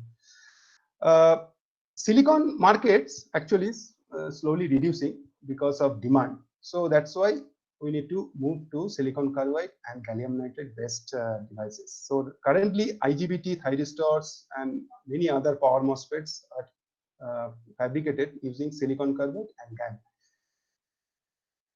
This is one very good pictures which show you the total application field of power device, in which type of device is applied in where. This figure actually created based on your output power requirement, like whether you are applying, whether you are using 10 kVA system or 100 kVA systems. At the same time, what should be your operating frequency? So this chart can help you to pick up your application area and which area you need to study more and which type of device you need to improve more. Now question is, what is the scope of power devices? I mean, simulation scope of power devices. So if you see this wafer and the die, inside the die you have the unit cell. Unit cell actually consists of like this. That is the circuit simulation part. So from unit cell DC and AC simulations to package and die simulations, that means package simulation for the thermal reliability study, whether due to change of thermal conditions, like you are applying this device in Kargil, sometimes you are applying this device in Thor deserts. So due to application environment temperature as well as the operation temperature, does your device work perfectly or not? So that type of simulation started from unit cell to die package, you can do using TCAD. And what should be your goal? Your goal is like that, to extract parameters which is very important for industry, like what should be your breakdown regime, switching waveform, what is the safe operating area that is linked with ESD, whether your device and circuit is ESD enabled or not. That type of simulations you can do before your prefabrication stage. Along with that, the regular process simulations to optimize your device dimension, device structures, and see how the junction profile looks, that you can perform, and normal diffusion hydrodynamic and other simulation you can do to match your experimental results. Usually for new people's, new comers, we generally recommend some of the logics whenever you start doing some modeling, basically power device modeling. And the logic is like that. First, you need to check the whole system, like what should be your layout, what are the constraints of the process modules, and what about your device structures and other points. This is called, you need a bird's eye view, means a complete pictures of the scenario. Second stage is you need two logic. One is the review the circumstances, means what your customer is requires. At the same time, you have to focus on your basic physics, because once you divert from basic physics, you may not match your final requirements. So the gap between these two, you have to decide and you have to minimize. That's why we called it, you need two lanes. At the same time, you check the circumstances and you are focused on the physics. In one way, I can say that you cannot do research for a lot of time, invest a lot of time, so that customers lose your interest. Ultimately, you do research, proper research to some specific profit. And one golden rule, always remember that measurement is not always true. That's why we regularly do a lot of measurements and different environment conditions. This is again one of the marketing slides, like what are the options you have in TCADs to do which type of device, power device simulations. Out of these, I specifically like most in this ESD endurance study environments, where you can check and again further modify your device or your circuits, whether it is ESD enabled or not. Presently, most interesting topic in the power environments is that BCD applications. Sorry, yeah. So you know what is BCD? BCD is basically bipolar CMOS and LDMOS. So where this is one of the process which fabricates all different kind of device like BJT, then LDMOS devices for ESD protection circuits, CMOS device for your logic operations, and memory devices. Memory devices, either our basic non-volatile, volatile SRAM kind of device or non-volatile PCM devices. So here I am actually hiding some of the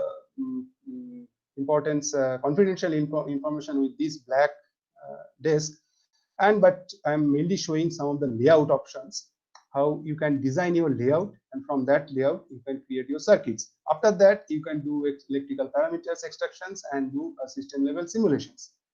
This is one of the examples for some of the customers for 90 nanometer BCD technology. This is the one which is currently people are talking about. Similarly, BCD, silicon carbide power device simulation is also possible. Inside TCAD environments, you have a lot of materials and parameters for silicon carbide as well as gallium nitride based device. And what are these? You can see here. So at the beginning, I used to say that people are interested on silicon carbide and gallium nitride devices. Why? Because if you see the band gap for the power device, which is very fruitful. At the same time, your mobility and it is not much important, but thermal conductivity and saturation electric dips is well in the control. So this is the material properties which help these two materials is a clear winner for power device applications. Still, new materials research is going on, that what will happen after silicon carbide and gallium nitrides. Can we use some 3-5 semiconductor or different kind of materials for power electronics? So those kind of research is going on, and to do more such research, again, I tell you, you need more fundamental research. Okay, so to conclude my talk, I just almost finished everything, just 1 or 2 slides. Even last speaker also tell the same thing. That's while doing all this device research, device physics research in customer levels, what I observed that you must learn little bits on the computer language side. Initially, which we were lack of that during our graduates, undergraduates course study. But later on, while working, we learned a little bit of this language. Why it is? Because this is basically a tool which consists of a lot of code in C, C++. Many of the codes, it's not available for general users. Basically, whoever R&D, they can access, but not the full part, because there is some confidentiality is there. Now, there is options to interact these C++ code sections using some user interface through some different language like Python, Tcl, or Perl. So that's why I tell all the students that learn a little bit about this Python. Why the Python? Because the next boom or next big things in our worlds, whether it is semiconductor manufacturability or it is in marketing worlds or anywhere, the AI is the next booming thing. 10 years back the line, what we observed that if you talk with people about the AI, they think that AI is nothing but a humanoid robot. But actually it is not. AI is completely different environments. Even current your Alexa device or any home automation device turn to become an AI-enabled device in future. So these are the very brief fields of AI. But if you see this layout, you can find out what is the major goal in AI. AI is actually a field of computer science which have some symbolic learnings and machine learning. Most of the people are talking about machine learning, but symbolic learning also important, whose the basic part is in this robotics and robotics fields. And machine learning, for the machine learning, we need to learn many of the things like supervised learning, unsupervised. I'm not talking too much details. I'm just telling you the important points. Why Python is important for machine learning? It is because to do machine learning, you may need a lot of help of different packages like NumPy, scikit-learn, or TensorFlow. These are the packages that are freely available. Remember, not for commercial use, freely available inside Python. So with that, you can do a lot of numerical study, scientific study, and this kind of neural network study. Okay, that's all. Yeah, let me know if you have a query. I'll try my best. Yeah, there is lots of questions. Okay. Uh, Sure. Just a minute. Subroda, Subroda, please, please ask Amol. questions. Please ask your questions. Okay, should I ask them myself? Okay. My first question was, you said about any, you have simulators for Spintronics. So has Yes. Center developed any comparable simulators for Valitronic devices? For Valitronic devices. A lot of work is now going on 2D simulation, isn't it? right. On on 2D semiconductors. Correct. So has Center developed any model? Yes, Centros TCAD actually fundamentally it is created on 2D, but last 10 years it's developing in the 3D environment, starting from process as well as device. So thing is that some of the fundamental device research is not required for 3D simulations. Okay. No, So sorry, sorry to interrupt. I didn't ask about 2D simulation. I'm saying about 2D semiconductors, Valitronic devices, where the band degeneracy is being taken into account. correct. Yes. Like just like in Spintronics, we have for spins. Here, excitons are used for using the multiple degeneracies to store information. Correct. I think you are talking about devices with 2D electron gas and those Yeah. kind of. Yes. Yes, and single event upsets. So yes, it is enabled. It is available. So are you using any TCAD tools currently? Centros TCAD tool? No. See, I used Silver, crack version of Silver for a bit of a while, but I Okay. haven't used Center. Okay. I will tell you one thing clearly. See, you know that our Centros TCAD is basically built from T-Supreme 4. Fundamentally, it is coming from T-Supreme 4 long back. But slowly, industry peoples are using more, and that's the why our development is slightly more focused on industry requirements. Correct. And for university research, we have two different license. For IITs and Roorkees, we have a different bunch of license, and for university, we have a university package license. In many of the university license, you may not get all these advanced and fundamental models. It is you understand, because of some internal policy. Yeah. I think that brings to my next question. I think Kunal asked a similar thing. Yeah. Since these simulators, they are both Intros and Silverco, they are prohibitively expensive for us. So, can you suggest a comparable open source software, which at least so students can get a hands-on feel of that? See, open, just like I tell you about the Python, correct? Because No, fine. No, I'm saying about open source process simulator. I understand. See, as a from the company side, I cannot recommend you to use a open source solution. No, but I'm asking as an alumnus of electronic science. I'm asking you. Can you say something? See, in industry, you will find if you check in GitHub, you will find lot of open source. But problem is that you can just learn it. You cannot do lot more applications. Okay. So if you go to the GitHub, you know, correct? GitHub. Yes. So in GitHub, you can search and you can find out there are a lot of freely available 2D process and device simulators.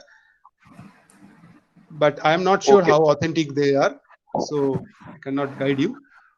And as for your interest, I can tell you that we have a very good packages for universities. So those university licenses are nowadays quite cheap. Now, thing is that if your students are learning this highly demanded tools, which is basically used in most of the TCADs fab in Southeast Asia, like Taiwan, Korea, Singapore, and as well as China. Forget about China. This area. So whenever these people goes those industry, or you can say you can study in check in US, a lot of researchers are using the Centros TCADs just because they are already know the field, and once they go to this lab, like Global Foundries, TSMC, any other fab, they are Hmm. something like that. So I Okay. most of the IITs currently have, but this No, fine. TCAP, See, IT doesn't have a resource constraint like UT colleges do. right, right, So that is a problem. See, you talked about internship in Synopsys, and correct, say student, a master student from say science college or from here applies there. A minimum skill set would be an awareness of these simulation tools, right? Now, right, say I have a bad version of the software, and he correct, has done a project with me on that.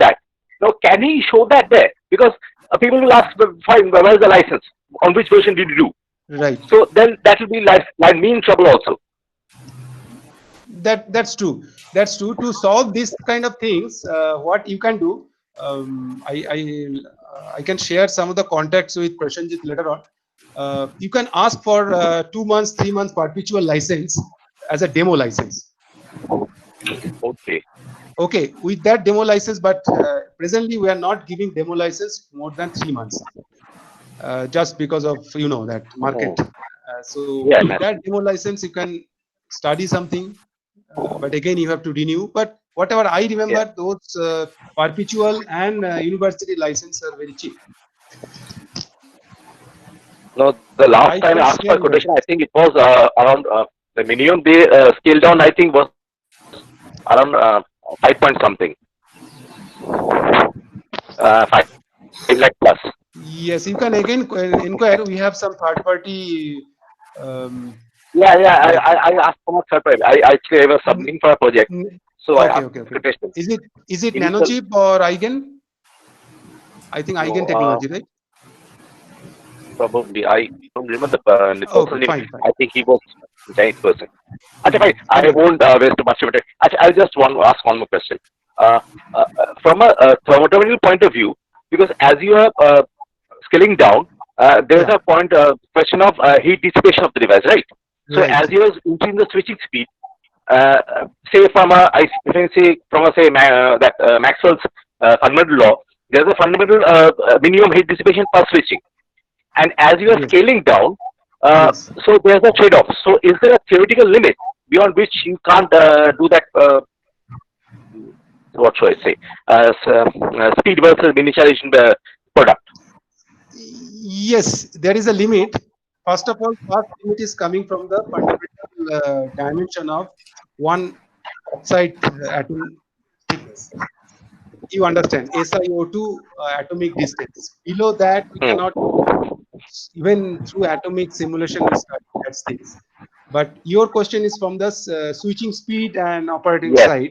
yes. See, to deal with this kind of issue, what we are doing in the industry, we are doing a different domain of design.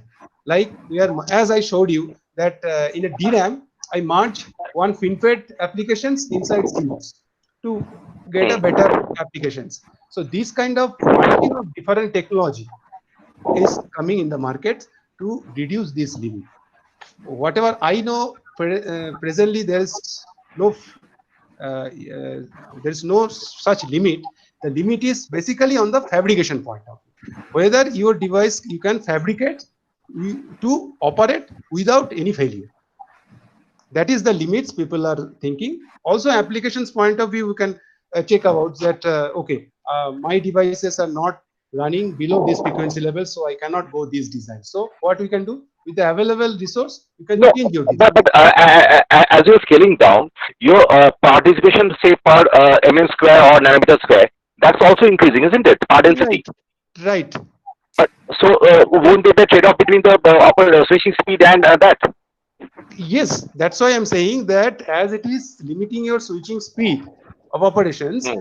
So what you can do, you can think about different designs. Just like I show you, FinFET is having some issue because of scaling. So how to cope with that? They are changing the No, total no. You pattern. see, no. You see, you're talking from the technology point of view. Huh. I'm talking about more from the theoretical point of view.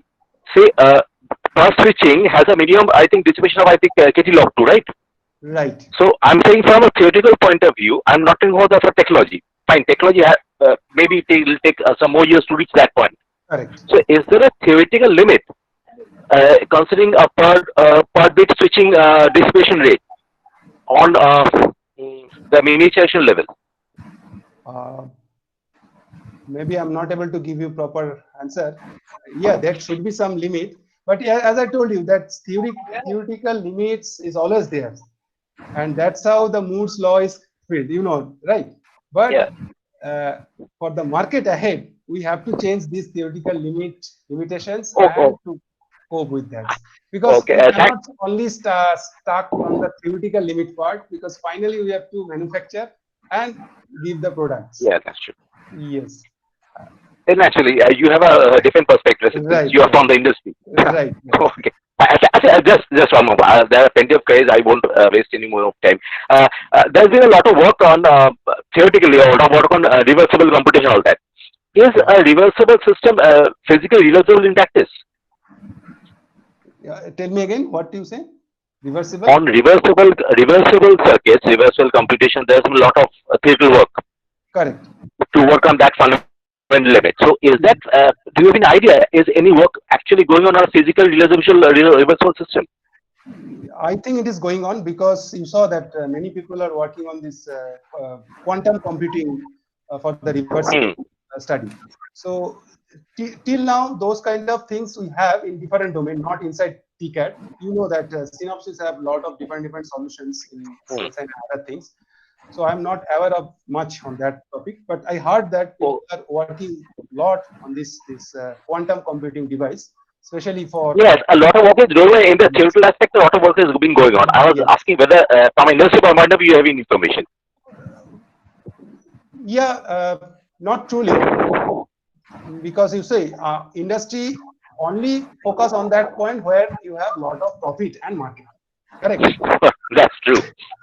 So research is going on. It's true. You can publish many papers. It's true. But unless and until you sell your product. Yeah. So unless the technology is proven, you don't enter the picture. Yes. And there is a very good talk presently done by one of the Intel fellow and also one of the IBM fellow. Here was talking about spintronics and pintronics based devices. He said that last 20 years, 30 years I am doing, but still my juniors is earning more than me. Why? Because he is in top of the marketing head, and he is selling our products, basic product with the basic science is very much. See, I tell you one thing. A lot of fundamentals and high-end research is going on. It's good and it is very much important. But if you see the basic market, like how we sell our mobile. Now you have mobile, your these workers working in your field, and many other peoples, they also have mobiles, correct? So this is the field of markets. So our research and fundamental research should be such a way that we can spread these research products to this level. And I believe the strength of in India is our this market. Very true. Yes. Okay. Thank you. And lastly, I can tell you that whenever we talk about this more fundamental research and anything to our higher management, they said that yes, you can do it, no issue. You can publish multiple, but ultimately first solve this customer issue. First solve. Kunal Sinha has some questions. Kunal Sinha. Yes, no, Dr. Shah, first of all, I must say that you have done a very good, fantastic presentation. Well, I have done my PhD using a Synopsys TCAD simulator, using a process and device level simulations. And the thing is that I want to know that when I used those softwares, that was version of 2012 and 2013, 14 of that year. But at that point of time, what I've seen that the NEGF solution simulations was not very much of available. Yes. Is it available right now, even in the latest version? Yes. From 2018 onwards, we started including NEGF. We were doing a very good project with IIT Professor Dr. Shouvik Mohapatra. Many of you probably know that. Yes. Dr. Shouvik Mohapatra and many of his students also included, and some of his students is working with us. So those things are very much included from 2018 version onwards. Is it only for silicon devices, or I can use any other materials also? Yes, good thing is Synopsys TCAD is that they provide PMI. PMI, you know, that's PMI is the interface with which you can control not all, some of the in between inbuilt code of .C++. So .C++ code you can change, like one simple equation you can change, one factor you can change, and see. Yes, for process parameters can be modified in the parameter files. Right. Yes. So another thing is that in the present scenario of 10 nanometer technology node or lower, if we do the drift diffusion simulations or hydrodynamic simulation, these are not sufficient enough. So we have to do the Monte Carlo simulation atom wise. But the thing is that yes, but the thing is that if I do the Monte Carlo simulation using the Synopsys TCAD, then the challenge is the resource hungry. It is highly. Even my system was 8 GB RAM and 256 GB hard disk, and it was completely fell asleep. Correct. So I can suggest you one thing, that you choose your most important single cell, which is very important for your system. Suppose I told you that I do a NanoWave FinFET, and rather than making the structure very complicated from the beginning, you can do a very simple structure. Suppose a Schottky diode, 2-dimension Schottky diode with minimum number of points, and step by step you try to improve it. It is true that for Monte Carlo and other simulations you need a lot of computation power, and presently our model is also very extensive.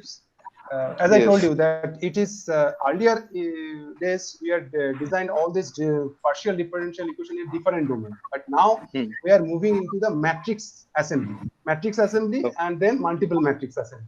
You know why it is, because when it is 2-3D, then not only XX, YY and ZZ, your XY, YZ and ZZ term. So when those cross terms, partial differential equations are solving, each node of your structure, it takes time and need a lot of computation. Yes, that's the most challenging part. It is highly resource hungry. Yes, and as I told you that basically industry R&D peoples, they want that. Okay, thanks a lot, sir. Yeah. Masum Nawaz has some questions. Masum.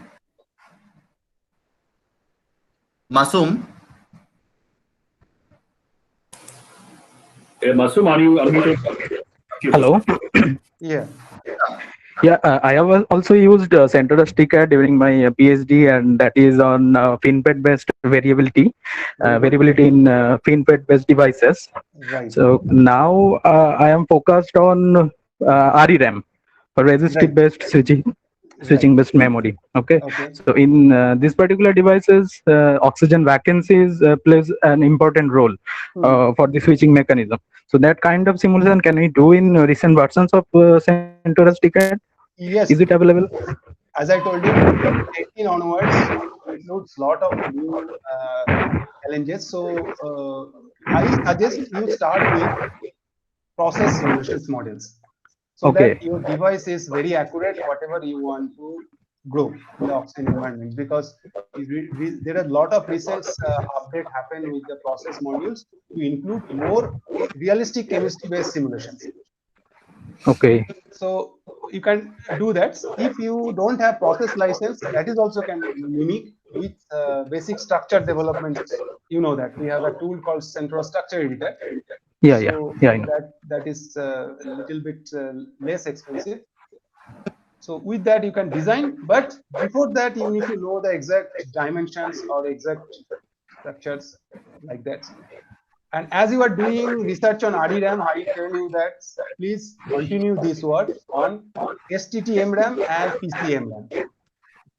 Because industry is going toward STT-RAM. Yes, industries are really asking us to provide us different solutions through TCAD simulations, because they are fabricating those devices. Right. Okay. Most likely, if you want some new research topic, I can tell you. As I told you, that in-memory computing is so powerful. So they are planning to merge existing DRAM or NAND with this PCM or emerging RAM.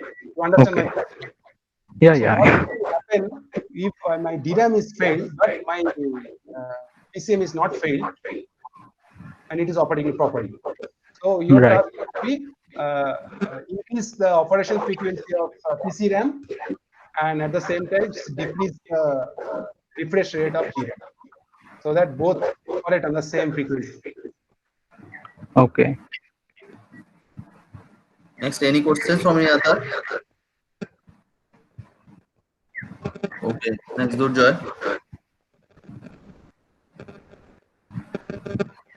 Durjoy. I'm here. Thank you, Arun, for your excellent talk. And well, you may try to advise us offline about some open source software. Sure. Personally, because those terms are there. Yes, clearly telling you, Durjoy, as I am in the R&D departments, you know that industry is running in totally different way. Yeah, I know. I can give you good contacts Yeah. who actually work with us. Mhm. They can give you proper solutions how we can start. So as I tell you that its best option is take some demo license and then pick particular license for few time. Okay. It's a limitation. Well, I think in academic world, this limitation will do. You know, we do not need. We need to give the basic idea of how the simulator works. Right. So to take it in the next level, Durjoy, what we are Mhm. planning, we are planning to load these tools in a cloud, so Okay. that WVUT or a whole Calcutta University together, a big, Mhm. all together, they can take the complete package license and share some time slots to this university, to that university. In that way, it will not be a burden for a particular university. So that is Yeah. That is a very good option because the hardware requirement is immense, as Kunal was saying. yes. Yeah, so it will be better. The powerful cloud computer can do these things. Yes. So thank you, Aru, for this excellent talk, and I would like to request Dr. Kunal Sinha to present the vote of thanks to end the session. Over to you, Kunal. Yes. Thank you very much, Durjoda. Well, one of the honorable speakers, respected faculty members, and of various academic institutions, our most valued invited guests, ladies and gentlemen, it's my privilege to have been asked to propose a vote of thanks on this occasion. I, on behalf of the Electronic Science Society of India and the entire team, let me extend a very hearty vote of thanks to both the speakers for gracing your important works and sharing with us your findings and opinion today. A very big thank you to Mr. Vijan Bhattacharya for his efforts towards the field of communication through modern technology. The present state of research in leading industrial companies is wonderfully shared to us in easy and lucid language. I hope not only the faculty members but also the undergraduate students have gotten wonderful exposure to this field of modern communication. And after they study this communication topic in undergraduate and postgraduate electronics. There are ample opportunities for working in this domain in both India and abroad, not only in the research field but also in the industrial companies, as shared by Dr. Vijan Bhattacharya. Also, I must mention our deep sense of appreciation for Dr. Arup Ratan Saha for his explanation on research in the field of semiconductor devices by using a leading industry standard simulator, Synopsys TCAD. Dr. Shah has shown us some simulated device structures, and these informations helps to induce immense interest in this fantastic field of area. Also, the results in memory devices by leading companies are explained in excellent manner, and we got a feeling of research works in leading companies. Well, an event like this cannot happen overnight. The wheel starts rolling weeks ago. It requires definite planning and the bird's eye for detail. We have been fortunate enough to be backed by a team of very motivated and dedicated colleagues of various institutions and industry who know their job and gives their hard works, and we are enjoying this series of webinars for the students of electronics on various domains of this wonderful subject. Once again, I want to state that we are all most grateful to all the speakers on this stage. We thank you for being with us this morning, and it's been a great pleasure for staying with us and enjoying the entire program. Thank you very much. Thank you. Thank you very much. Pranjit, finish it up. Thanks. Thanks, everyone. So we will inform our next day of that is third day program later. We'll upload it on Facebook page and inform on our website. And thanks to everyone attended today here. Yeah. I just want to add one thing. Dr. Rituparna Mondal is working hard to share all these things over internet, and the complete meeting is available in our Facebook page. So thanks to Rituparna for hard efforts. Thank you, sir, for giving me such an opportunity. Thank you. Thank you. Okay, let's sign out. Bye. Thank you, everyone. Bye. Bye.